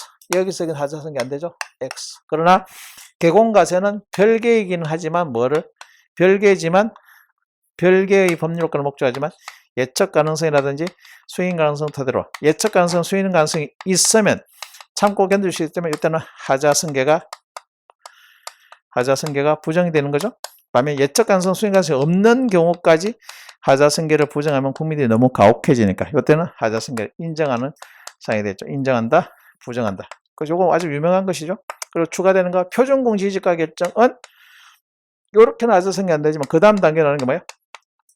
수용 재결. 수용 재결인데 보상금 산정이죠. 이것도 역시 똑같이 뭐야? 표준 수용은 별개의 법률 효과를 목적으로 하지만 역시 요걸 그대로 가져오죠. 예측 가능성, 수익인 가능성을 토대로 다시 하자성계 인정한 예외 사례를 보는 거죠. 그래서 표준 수용. 그리고 수용 재결 앞에 뭐야? 표준자 키워드 찾는 거랬죠. 표준자 키워드 찾는 거죠. 그럼 나머지는 뭐야? 나머지들은 뭐 사업 인정이라든지 뭐 택지 개발 어쩌고 저쩌고 재개발 어쩌고 저쩌고 그 다음에 뭐 계획, 도시계획 어쩌고 이런 것들은 다 하자성계 부정된 사례다. 하자성계에 연결되는 것이겠죠. 그럼 1번 보면 봐. 1번 개별 공시지가 결정은 물적 행정행위로. 이거 이제 처분성은 오죠. 개별 공시지가는 땅값을 개별적으로 매긴다는 거지. 이거는 불특정 다수 일반인을 상대로 하는 일반 처분이야. 근데 일반 처분도 우리가 대물적 일반 처분을 물적 행정행위로 한단 말이야. 처분성호죠.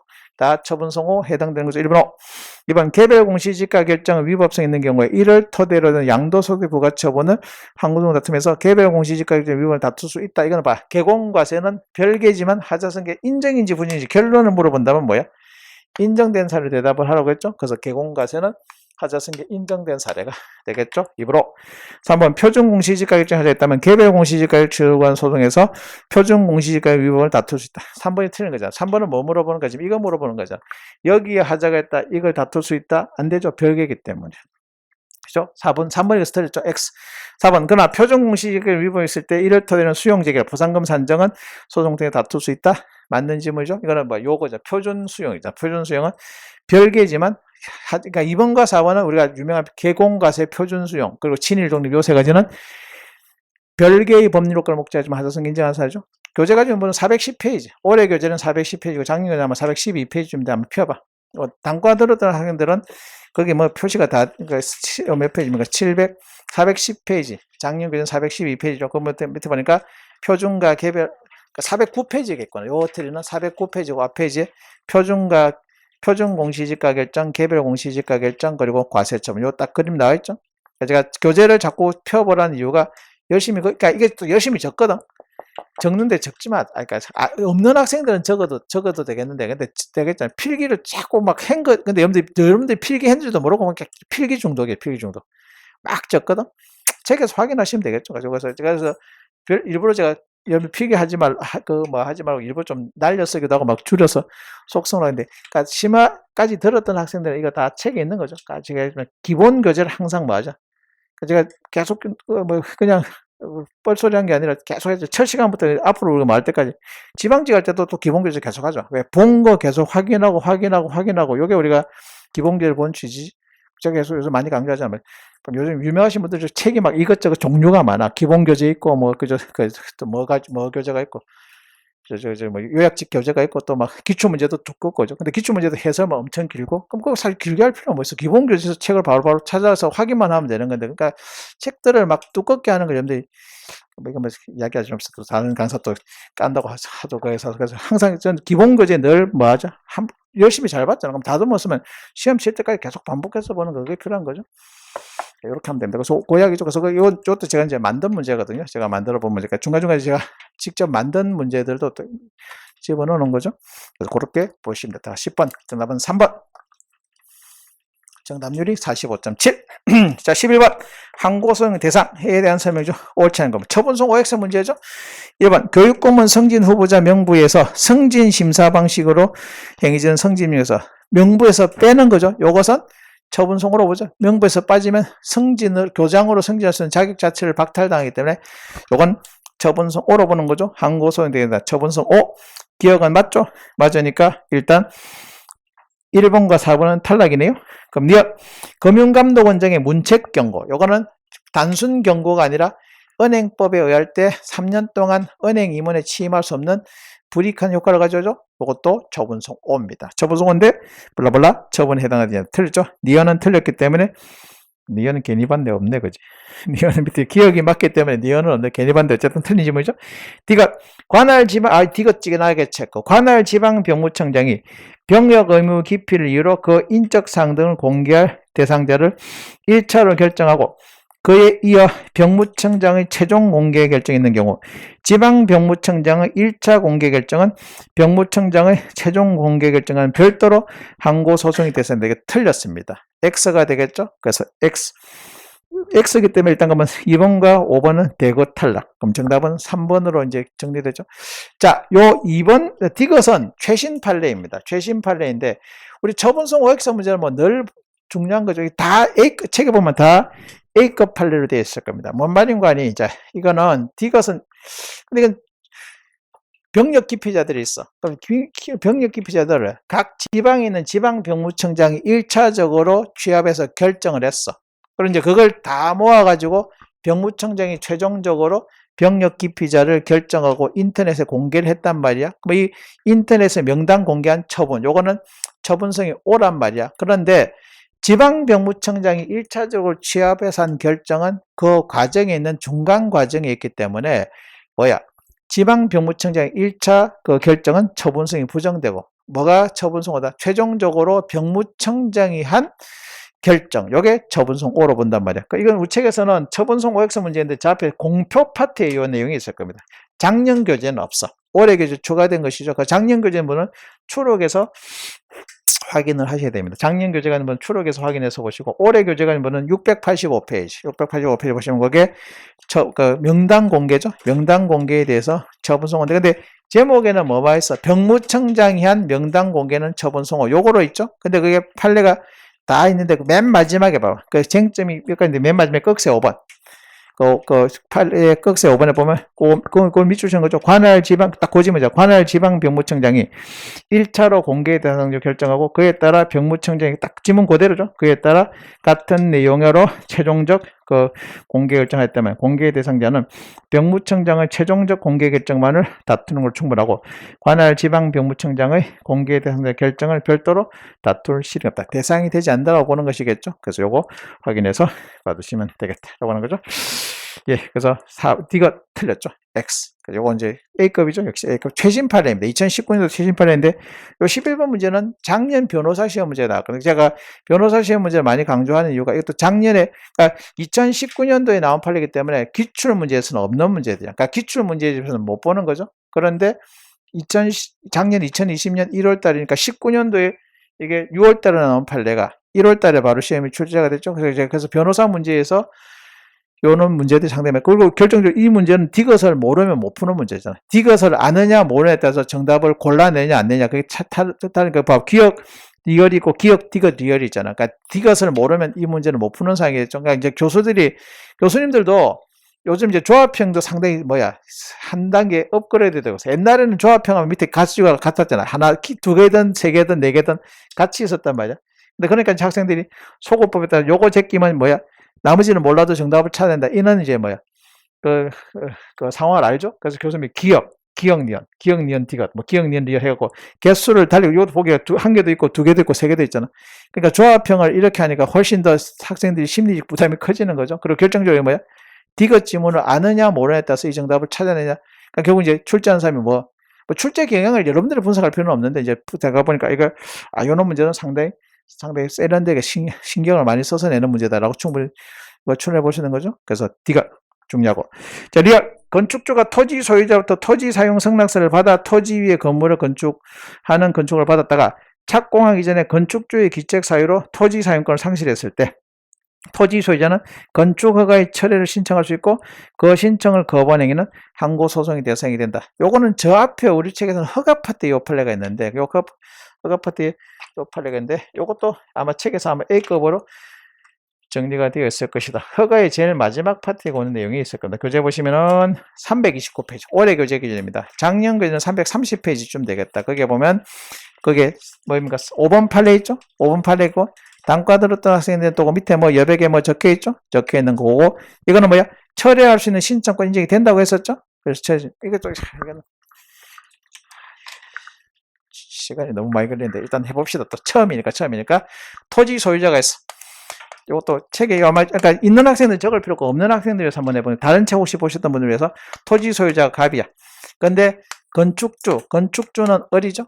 그러니까 토지 소유자하고 건축주가 다르죠. 그럼 이제 토지 소유자가 건축주 을이 건축허가를 받을 수 있도록 한 건 둘이서 사용계약을 맺었겠죠. 사용계약을 맺고 그 다음에 행정청이 여기다가 건축허가를 해줬죠. 건축허가를 해서 이제 건축을 하고 있는 상황인데, 그런데 건축주얼이 임대료를 제대로 내지를 못했던 모양이야. 그래서 계약이 해지가 돼. 사용계약이 이제 해지가 되는 거죠.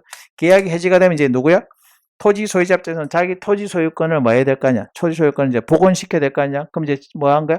요 위에는 건축 허가 받은 걸 건축을 더 이상 진행하지 못하도록 자기 권리 유지에 나서야 되잖아. 그래서 행정처한테 갖고, 야, 내가 이거 건축 허가 해줬는데 사용계약이 해지됐기 때문에 내 소유권을 제대로 행사하기 위해서 행정청 건축 허가를 철회해달라 라고 철회를 해달라고 신청하는 거죠. 철회 신청했는데 행정청은 철회 사유에 해당되지 않는다라는 이유로 철회 신청을 거부한 거죠. 그러니까 거부하니까 이제 토지 소유자 갑이 이 거부에 대해서 소송을 제기하려고 하는 것이겠죠. 소송을 제기하려면 우리가 신청에 대한 거부처분이 처분성 인정받으면 뭐가 필요하다? 법규상 조리상 신청권이 필요한데 과연 토지 소유자 갑한테 철회 신청권 인정될까? 이게 큰 질문이죠. 결론은 신청권을 인정을 했죠. 신청권을 인정했기 때문에 거부처분은 처분성 O, 그래서 행정소송의 대상이 되고 다툴 수 있는 자격, 원고적 그 인정해준다. 그 이야기가 되겠죠. 이것도 비교적 최신 판례들의 내용이겠죠. 그렇기 때문에 그래서 철회 신청권 인정이 되고, 자, 무속과 리얼도 봐. 그러니까 이것도 2017년도에 비교적 최신 판례이죠. 최신 판례인데, 그러니까 요거 이제 제가 변호사 문제를 상당히 많이 이렇게 강조를 하는 이유가, 그러니까 상당히 퀄리티 있는 지문들, 상당히 중요한 판례들이 많이 나오는 부분이 있거든요. 그래서 아마 기억니은, 디귿, 또 책에 보시면 다 A급 판례로 되어 있습니다. 그러니까 판례에다 등급을 매겨놓은 것도 다 그런 거죠. 우연의 일치라고 생각할 수도 있겠지만 어쨌든 그 강조되는 판례들이, 아마 그 기업 같은 경우는 저 뒤에 처분성 OX 문제 할 때 우리가 교원 임용 신청할 때 교원 임용 신청을 원칙적으로 신청권 부정되죠. 그러나 예외적 인정되는 거 재임용, 그다음에 유일한 면접 심사 대상자, 그리고 1년간 상급강사 4급에서 상급으로 공표, 그리고 그 밑에 판례 추가된 거, 뭐 그런 것도 있었죠. 다 책에 나와 있는 판례고, A급, 그것도 제가 등급을 다 A급으로 매겨놓은 등급 판례들이죠. 예, 그런 문제입니다. 이런 지문들은 다 OX로서 처분성 OX 문제 우리가 늘 잘 나오는 건데 상당히 퀄리티가 높은 지문이기 때문에 정리 꼭 잘해서 보시고, 정답은 3번. 11번 47.1%. 자, 12번 신뢰보호 원칙은 다들 잘할 줄 알았는데 또 생각보다 아니구나. 자, 기업. 퇴직연금 수급권의 구체적인 내용은 불변적인 것이 아니고 신뢰 가치가 크다고 할 수 없는 반면, 자, 이게 뭐였습니까? 법은 늘 개정되기 마련이죠. 개정됐을 때 입법자가 내세우는 것은 입법자의 형성권 공익이죠. 반면 상대방 국민들은 신뢰보호는 사익이죠. 두 가지가 충돌됐는데 특히 형성권이 더 크다고 보는 세 가지 영역이 있잖아요. 제가 뭐 이야기했었어? 세금, 그리고 연금, 그리고 병력 관련된 건 불리하게 바뀌어도 뭐가 더 크다? 형성권이 훨씬 더 크다고 본다. 그게 딱 요거잖아요. 연금 수급권은 불변적인 것이 아니고 신뢰 가치는 크다고 볼 수 없지만, 연금 재정의 바탕을 막고 공무원 연금 제도를 건실하게 유지하는 것을 긴급하고도 중대한 공이기 때문에 경과주식 규정은 헌법상 신뢰 원칙 위반되죠. 기억 맞는 질문이죠. 제가 또 소급 입법 금지 원칙 할 때 제가 맨날 듣는 게 공무원 연금 그거 있었잖아요. 진정과 부진정 이야기했잖아. 진정 소급, 부진정 소급인데 퇴직 공무원의 경우는 진정 소급, 현직 공무원은 부진정 소급. 근데 현직 공무원이 강력하게 반발하지만 형성권, 그러니까 그 신뢰보다 뭐가 더 크다? 형성권이 더 크기 때문에 부진정 소급 입법이기도 하고, 그죠? 그래서 이익 형량에도 공익보다는 사익보다는 공익이 훨씬 더 크다? 신뢰 원칙에 반하진다. 그거도 딱 그 이야기 그대로죠. 그래서 기억 맞는 질문이에요. 5니까 있어야 되겠네. 그러면 일단 2번, 3번, 4번, 5번은 대거 탈락. 그죠? 그럼 니은에서 결판 나겠네. 니은. 신뢰 원칙은 법률이나 그 하위 법률에 적용되지만 국공립대학 입시 전형 같은 운영지침 개편 허용되냐? 틀렸죠. 요거 최근에 시험 문제 잘 나오죠. 이건 뭐입니까? 입시 제도가 늘 개편되잖아. 그럼 개편되면 늘 또 신뢰보호 주장을 하죠. 신뢰보호가 적용되는 영역이야. 다만 신뢰보호가 적용되는 영역이긴 한데 막상 바뀌었을 때는 뭐가 더 크다고 보는 거예요? 계획의 가변성이 크기 때문에 웬만하면 신뢰보호 원칙이면 또 잘 안 봐주죠. 근데 어쨌든 신뢰보호 원칙이 적용되는 영역이긴 하단 말이야. 그래서 이거는 교재 보시면 저 신뢰보호 원칙의 맨 마지막에 보시면은 신뢰보호 원칙의 적용 영역 해가지고 마지막에 76페이지. 올해 교재는 76페이지고 작년 교재만 77페이지에 있는 내용일 건데, 거기 보면 국공립대학교의 입시 전형이죠. 이것도 신뢰보호 원칙이 적용된 영역이라고 되어 있죠. 그 이야기입니다. 그래서 이거 니은 틀렸죠. 그래서 법률이나 하위법규뿐만 아니라 국공립대학교 입시정과 같은 운영지침의 개표에도 적용이 되죠? 적용되지 않는다. 틀린 질문. X. 니언은 틀렸기 때문에 있으면 안 되겠네? 그러면 1번 탈락. 그럼 정답은 이건 2번이 되겠죠? 2번. D가 국가는 또 1번과 기업과 같은 맥락이죠. 조세 재정 정책을 탄력적 합리적으로 운영할 필요가 있기 때문에 납세 의무자로서는 국법 질서에서 적극적인 실현에 따른 특별한 사정이 없는 한 원칙적으로 현재의 세율 등 현재의 세법이 과세기간 과정에 변함없이 유지되리라고 기대할 수는 없는 거다. 신뢰보호보다는 뭐가 더 크다? 형성권이 더 크다고 보는 판례죠. 3번. 그래서 이거 맞는 질문이죠. 5. 리얼. 의료기관 시설의 일부를 변경해서 약국을 개설하는 걸 금지하는 조항을 신설하면서 이에 해당되는 기존 약국 업무의 영업을 개정일로부터 1년까지만 허용하도록 유예하고 유예기간 경과 후 약국을 폐쇄하도록 약사법. 과거에 이제 의약 분업이 되기 전에는 병원 안에 약국이 꽤 많이 있었거든. 근데 이제 의약 분업하면서 병원 안에서 약국이 더 이상 영업을 못하게 돼. 그럼 이제 못하게 되는데 새롭게는 병원의 개설이 그러니까 약국 개설이 안 되겠지만 기존에 있던 사람들 야 내가 약국 시작할 때는 병원 안에 있었는데 신뢰 뭘 주장하겠죠? 의약 분업을 주장하는 공익 국가는 형성권 공익을 주장하겠죠? 그럼 이제 이 두 가지가 충돌되는데 이게 뭐가 더 크다? 공익이 더 크다고 본 거죠. 대신 그 기존에는 약국에 있는 약국 그 운영자들한테는 당장 나가라는 건 아니고 한 1년 정도 뭐 준 거야. 유예기간, 그러니까 의약 분업이 개시된 이후부터 1년 정도 한 유예기간을 줬죠. 그럼 요 정도 유예기간을 줬으면 너의 신뢰는 어느 정도 우리가 감안을 해줬기 때문에 이제 그 이후부터는 더 이상 영업을 못하도록 한 거 신뢰보원칙을 위반하지 않았다라고 본 거죠. 이건 사실 헌법성 지문이긴 한데 교재에 보시면 우리 책에서는 저 뒤에 소업 입법 금지 원칙의 요 판례가 있을 것이다. 교재가 주는 분은 교재 97페이지죠. 97페이지 보시면 그게 3번 판례죠. 3번 판례. C급으로 되어 있긴 하지만 요것도 역시 변호사 시험 문제에서 나왔던 질문들이거든요. 그래서 이거는 신뢰보호보다는 그러니까 신뢰를 침해하지 않은 것이죠. 신뢰보호보다는 형성권이 더 크다고 봤기 때문에 그래서 D가 리얼은 틀린 거죠. X. 미엄은 그냥 헌법 판례거든요. 그냥 책에는 없습니다. 그냥 참고만 써보시면 돼요. 이게 뭐냐면 상조업에서 선불식 할부 거래에 대해서 피해자 보상 계약 등에 대한 법률을 적용해서 보상 제도가 실시되기 전에 체결한 그러니까 선불식 할부 계약이 뭐 내용은 저도 잘 모르겠는데 소비자한테 불리한 모양이야. 그래서 이제 소비자들의 피해가 커지니까 국회가 법을 만들어. 법을 만들면 법은 만들지만 앞으로 장래를 향해서 효력이 생기는 게 원칙이죠. 그런데 이 법을 과거에 있는 계약까지 소급해서 적용하겠대. 그러니까 이제 누가 반발하는 거야? 상조업자들이 반발하겠죠? 자기한테 불리한 거니까. 그런데 이 상조업이라는 게 매월 할부식으로 넣으니까 이미 끝난 게 아니라 계약이 계속 막은 거야. 할부금 계약을 하니까 계속 진행 중인 거잖아. 일종의 뭐가 되는 거야? 부진정 소급이 되는 것이고 그렇기 때문에 상조업자가 국법에는 선불식 할부 계약에는 보상제도가 없었기 때문에 누구한테는 좋은 거야? 상조업자한테는 좋은 거지만 이게 법이 개정이 돼서 이걸 소급 적용하겠다? 그럼 상조업자 입장에는 신뢰본칙을 위반했다고 주장했지만 이 계약이라는 게 계속 진행 중인 일종의 뭔가 부진정 소급이기 때문에 입법자의 형성권이 훨씬 더 크다고 본 거죠. 그래서 결론은 신뢰본칙 위반된 건 아니다. 근데 이건 헌법성 판례이기 때문에 그냥 참고해서 보시면 책에는 없습니다. 책에 없는 건 솔직히 없다고 이야기합니다. 없는 데도 있다고 막 구라치거나 아니면 뭐 그렇게 하진 않죠. 없는 건 솔직히 없다고 제가 얘기합니다. 근데 어쨌든 그 내용으로 되어 있죠. 그래서 근데 사실 우리가 이미 기업과 니은에서 정답이 나왔기 때문에 뒤에까지 또 안 보죠. 근데 이제 모의고사, 그러니까 해설은 또 다 하기 때문에 그 점 고려. 12번, 정답은 2번. 50%. 13번, 갑 회사는 한국철도시설공단의 국가를 당사자로 하는 계약법에 따라 발주하는 시설공사에 대한 입찰 서류로 제출한 공사실적 증명서가 허위라는 이유로 공단으로부터 기획재정 불형인 규칙에 따라 낙찰 심사 기준에 근거하여 2년간 공사 낙찰 적격 심사 시 종합 점수의 10분의 1을 감점한다는 키워드는 공사 낙찰 감점 조치 통보죠. 공사 낙찰 적격 감점 조치를 통보받았다.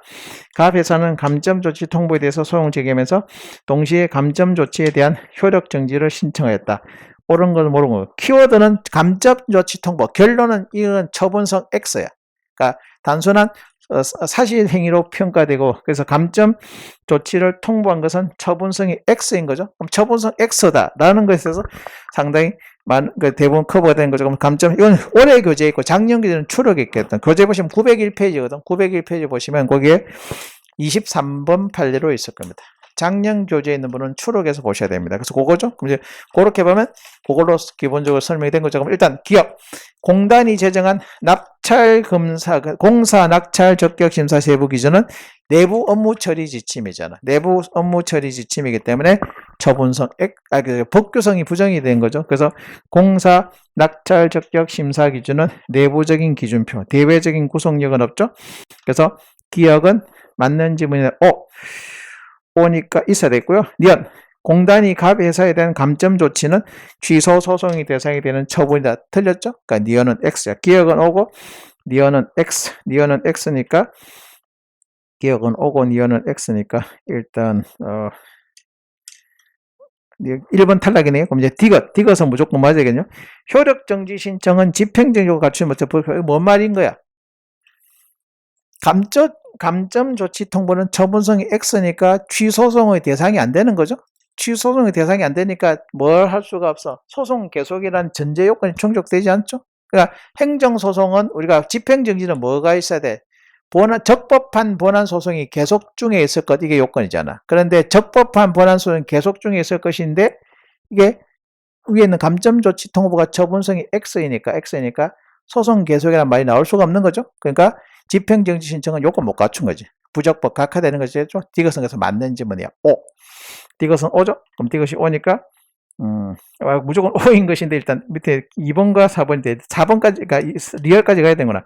리얼 국가를 당사하는 계약하는 법령에 따라 공단과 갑에서 계약을 체결할 때 계약서를 작성해야 될 때 해당 법령과 요건 충족하지 못, 그러니까 계약 요건 갖추지 못하면 무효로 본다. 이것도 우리 책에 없으면 공법상 계약, 사법상 계약이 나있죠. 그러니까 국가나 지자체가 당사자가 되는 계약이죠. 국가나 지자체가 당사자가 되는 계약. 요거는 이거는 요건 못 갖췄을 때는 무효로 본다라고 되어 있죠. 그래서 리얼 그 계약은 효력이 없다. 라고 하는 것이겠죠? 맞는 지문이 되겠다. 5가 되겠죠? 그래서 교재 보시면 이건 저 뒤에 공법상 계약에 나와 있는 것이죠. 그렇게 됩니다. 정답은 그래서 4번이 되겠죠? 이거 의외로 간단하다고 생각했는데 정답률이 생각보다 최고 득점자 요거 틀리면 35.7%가 되겠습니다. 근데 이거는 우리가 기업 같은 경우는 행정 입법 파트죠. 니은은 행정행위 소송 중에 대상 적격 이야기죠. 디귿은 또 우리가 뭡니까? 집행정지에 해당되는 거죠. 리얼은 또 공법상 계약 요건 못 갖추면 무효가 된다. 요거 지금 그러니까 곳곳에 이제 쟁점들이 흩어져 있는 거죠. 그러니까 출제하는 교수님들이 또 상당히 좋아하는 게 하나의 파트에만 문제를 내는 게 많지만 이렇게 이제 다 전체적인 내용을 다 아우르고 있어야 되는 부분들 이런 것들이 또 그러니까 교수님들 아직은 우리가 국가직 지방직 시험 문제 국업 시험에서 이런 수준까지는 안 내는데 근데 이제 문제가 조금 난이도 있게 내려면 충분히 이렇게 입체적인 문제를 그러니까 이런 문제가 한 서너 문제만 더 들어가도 그 시험은 상당히 어렵게 느껴진다. 수험생들 입장에서는. 그죠? 그래서 그렇게 보시고. 자, 그럼 4번. 35.7. 14번. 허가에 대한 설명 중 옳지 않은 것만. 이건 비교적 수월하죠? 개발 제한 구역 안에 건축 허가는 예외적성이니까 재량행위가 되죠. 재량행위니까 기억은 O야. 옳지 않은 것 차니까 기억은 O니까 아까 그대로 한다면 또 반대죠. 1번, 2번, 4번은 탈락이죠. 니언은 무조건 맞아야 되겠다. 그죠? 아까 옳지 않은 거니까 일단 니언은 무조건 틀려야 되겠네. 그죠? 허가 신청 후 기준이 변경됐을 때는 이것도 맨날 하죠. 신청시하고 허가시 법에 따라 이제 허가시 법에 따른 것이겠죠? 그래서 니언은 틀렸고요. X. 디귿. 개인 택시 면허는 특허는 기술. 이건 너무 쉽다. 그죠? 디귿은 틀려야 되겠죠? 틀리니까 정답은 5번이네, 바로. 정답은 그러니까 3개만 해도 정답은 이미 5번을 정리해야 되겠죠? 특허니까 재량이잖아. 기술행위 아니죠? 리얼. 식품위생법상 허가에 대해서 음식점은 요건 갖추면 허가해줘야 되겠죠? 공익을 내세워서도 허가를 거부할 수가 없다라고 하는 거죠. 음식점은 요건 갖추면 허가해줘야 되고 공익을 내세워서도 허가를 거부할 수 없는 것이겠죠? 그렇게 됩니다. 그래서 1번 리얼 맞죠? 교재 317페이지 올해 교재 기준입니다. 317페이지 허가의 거부 파트에 요 지문들이 쭉 제시되고 있으니까 확인해서 보시고 미음 국토의 계획법입니다. 토지 이거는 기속행위 재량행위가 결합돼 뭐로 본다고 했어? 재량행위를 본다라고 했던 것이죠. 그래서 미음. 그래서 토지 형질 변경 허가 재량행위죠. 건축 허가 기속행위죠. 두 가지가 결합되면 뭐로 봅니까? 재량행위로 본다고 했었죠. 그래서 기속행위다. 틀렸죠. X. 옳지 않은 것은 니언, 디귿, 미음. 그러니까 이건 비교적 쉬운데 정답은 좀 높아야 되는데 겨우 반 넘어 또 51.4%. 여러분들 이미 이제 요때쯤 되면 멘붕이 와가지고 이미 진다 빠져고 그 다음부터는 거의 그죠? 그죠? 집중력은 안드로메다로 보내놓고 그냥 대충 그냥 시간만 때우고 체크한다는 느낌이 다분하다, 그지? 이후로는 전부 다 50%안 된다, 50%막 30%막 그렇다, 그지? 예, 일단 유일하게 90% 넘어가 아까 통칭이 그 문제만 그런데, 그지? 지금 5번. 자, 10번, 15번 항고소송 옳지 않은 것. 자, 취소소송은 위법한 처분에서 발생한 위법 항소를 제거하는 것이고, 취소소송의 판결은 유한행위 효력을 소멸시키면 형성적 소송. 그러니까 형성소송은 효력이 있다가 없어지거나 없다가 생기는 거죠. 취소 판결을 받으면 행정의 효력이 있다가 판결에서 효력이 공정력이 제거되기 때문에 형성적 효과가 있죠. 취소소송은 형성적 소송입니다. 1번 5. 2번 과세관청 내지 상급행정청이나 수사기관의 강요로 합리적이고도 타당한 근거도 없이 작성된 과세자를 토대로 이어진 건 중대 명백한 하자로 볼 수 있죠. 무효로 본다. 5. 3번 행정소송법이죠. 행정처분이 하더라도 그 처분의 근거변에서 행정소송이 다른 절차에 따라서 할 것은 항고소송의 대상이 될 수 없죠. 뭐 통고처분이라든지 과태료처분이라든지 다 불이익처분이기는 합니다만 뭐한가 다른 검사의 공소권 활동 이런 것들은 다 뭐가 되겠습니까? 다른 권리, 다른 소송을 통해서, 그러니까 다른 재판 절차를 통해서 권리구제선을 인정하고 있기 때문에 행정소송의 대상은 되지 않죠. 3으로. 4번 거부 처분에 관한 거, 이거 반복된 거부죠. 반복된 거부는 각각 독립한 처분을 보고 처분 성호를 보는 거죠. 아까 이제 요 이야기죠. 요 이야기 한 번 더 언급되는 거죠. 그래서 이렇게 하면 쉽잖아. 거부 처분에 관한 행정청의 신청에 대해서 거절해서 표시하면서 성립됐고 그 후에 동일한 신청에 따라서 다시 거절한 것은 새로운 거부 처분을 보는다. 반복된 거부는 처분 성호로 보는 것이겠죠. 4번 5. 5번 행정소송법상 행정청의 개념은 행정조직법상 의무는 행정청이 아니라 기능적으로 이해됩니다. 여기까지는 맞죠? 그러나 그 다음 신체 등위 판정. 요거는 군의관의 신체 등위 판정은 처분성 이거는 왜 이렇게 정답이 났냐? 15번 정답률이 50번 딱 반 맞췄다, 그지? 그러니까 군의관의 신체 등급 판정은 처분성 X에 제가 두목급이라 했잖아.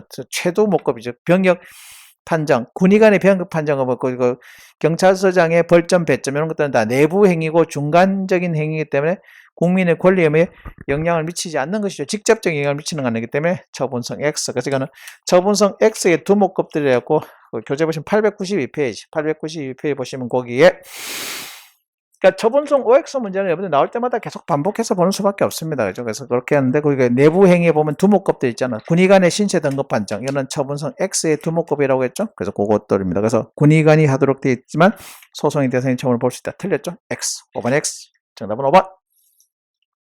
16번 판례가 처분성 인정한 것은 모두 몇 개인가? 요거 개수형이죠. 그냥 1번 기업 혁신도시 처분성 X죠. 혁신도시 최종 입장에는 내부행위 처분성 X.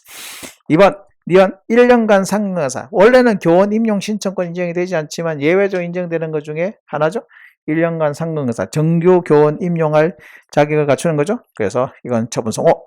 그래서 D가 정보통신위에 인터넷 청소년 유해 매체물 결정은 일반 처분이고 처분성 O입니다. 리얼 철거민 시형아파트 이거는 신청권이 부정이 되는 거죠. 그러니까 시형아파트 특별 분양 신청권을 인정을 하지 않기 때문에 분양을 불허한 것은 처분성 X죠.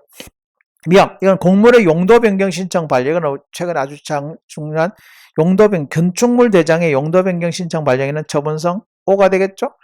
처분성 O. 방송위원회가 중개유선 방송이자 사업 승인을 거부한 것도 처분성 O. 행정규칙 불문 경우 정식 징계는 아니지만 징계의 유사한 법적인 효과를 가져오기 때문에 처분성 O가 되겠죠. 처분성. 그래서 기억은 X, 니언은 O, 이것은 O, 리얼은 X, 미음은 O, 비읍은 O, 시옷은 O. 인정한 것은 2개 빼고 나머지가 5개가 되겠네요. 5개. 정답은 3번. 개수형 그냥 우리가 많은 최대한 많은 질문을 풀기 위한 취지이기 때문에 그렇게 보시면 되겠습니다. 7번. 17번 역시 사법관계죠. 사법관계 공법 사법이죠. 서울특별시공사 공기업지원 사법관계죠. 사법. 폐천부지 일반재산이죠. 사법이죠. 입찰보증법 역시 사법이죠.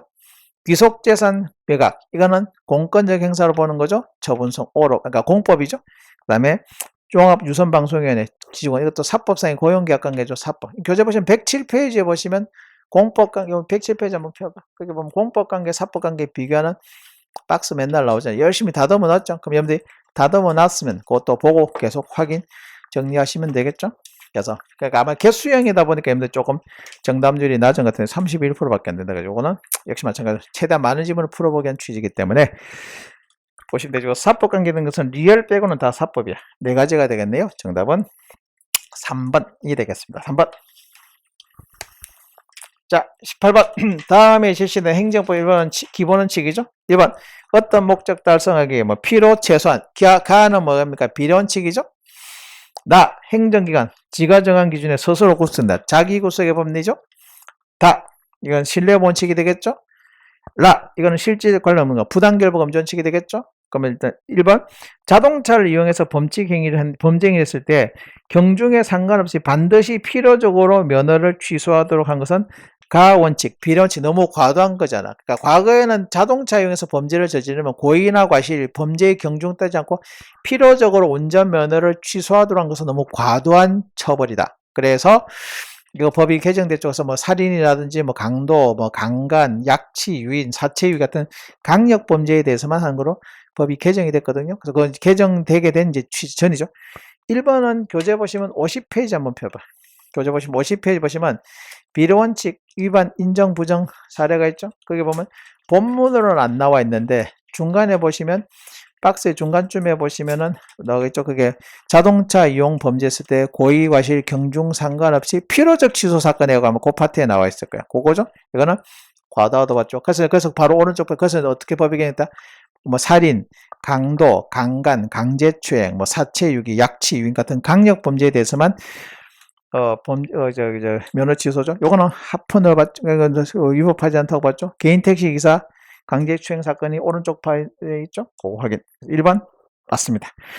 2번 반복적으로 행해진 처분의 위법한 것일 때는 나의 원칙에 구속된다. 2번도 아주 유명한 거죠. 뭐였습니까? 자기 구속의 법리 요즘 맨날 나오는 거잖아. 자기 구속은 적법한 선례에 구속된 거지 불법적인 선례에 구속되지 않죠. 불법하게 평등을 주장할 수 없잖아. 그러니까 자기 구속의 법리가 반복적으로 행해졌다 하더라도 위법한 것일 때는 자기 구속의 법리에 구속되지 않죠. 그래서 2번 맞고요. 한번 고속국도관리청이 고속도로 부지와 접도구역의 송유관 매수를 허용하면서 상대방과 체결한 협약에 따라 송유관 시설 이전될 때 비용을 상대방 부담하는 거. 요거는 라 원칙에 반하지 않는다. 요건 이제 부관을 붙일 당시에는 적법한 부관이었어. 그런데 그 뒤로 법이 개정됐고 더 이상의 부관이 붙일 수 없는 상황이죠. 그러면 새롭게는 못 붙이지만 그러나 기존에 있는 부관까지 효력이 소멸되는 건 아니죠. 그렇기 때문에 요거 요 상대방이 부담하는 부관은 라 원칙, 자기 구속의 법리에도 반하지 않고 신뢰 원칙에도 반하지 않는다. 요거는 자기 구속의 법리에 보시면 판례 사안으로 요거는 부당결부 금지 원칙에 나와 있는 판례가 되겠죠. 교재 보시면 88페이지. 88페이지 보시면 거기 5번 판례가 있을 거예요. 그러니까 우리가 보통 이제 5번 판례 뭐는 잘하고 있어? 제목에 있는 내용 알죠? 부관을 붙이던 당시는 적법했으나 그 뒤로 법이 개정돼서 더 이상 붙일 수 없으면은 새롭게는 못 붙이지만 기존에 있는 부관이 당연히 효력이 소멸된 건 아니다. 그렇게 돼 있죠. 근데 그 5번 판례 끝에 2번 봐봐. 끝에 2번이 요 지문이. 그래서 끝에 2번에 있는 내용이죠. 고속도로 할증 뭐 블라블라블라 있죠. 요건 그래서 결국은 얘는 뭐야? 기존에 있던 부관이 부당결부 금지 원칙에 반하는 것도 아니다. 라고 하는 거. 마지막 결론은 그렇게 돼 있죠. 3으로 4번 선행 조치의 상대방에게 신뢰 보일 것에 충돌할 때는 다음 요거는 유명한 건데 50% 교훈을 묻거나 그지? 뭐였습니까? 신뢰 원칙은 선보 상인반 요건 갖춰도 마지막에 뭐가 돼 있다고 했어? 마지막에 뭐? 공익 또는 제3자의 사익과 이익 형량은 마지막 과목 안에 더 있다고 했잖아. 그래서 여기는 시험을 나오면 어떻게? 뭐가 우선이라면 틀리다겠죠? 이익 형량을 해서 뭐가 우선이다 결정을 내주시면 그거 없이 다짜고짜 뭐 전자가 우선이다 후자가 우선이다 그건 틀렸다고 했잖아요. 그러니까 우리가 신뢰 원칙의 마지막 관문 한계할 때 하는 거죠. 71페이지 한번 봐봐.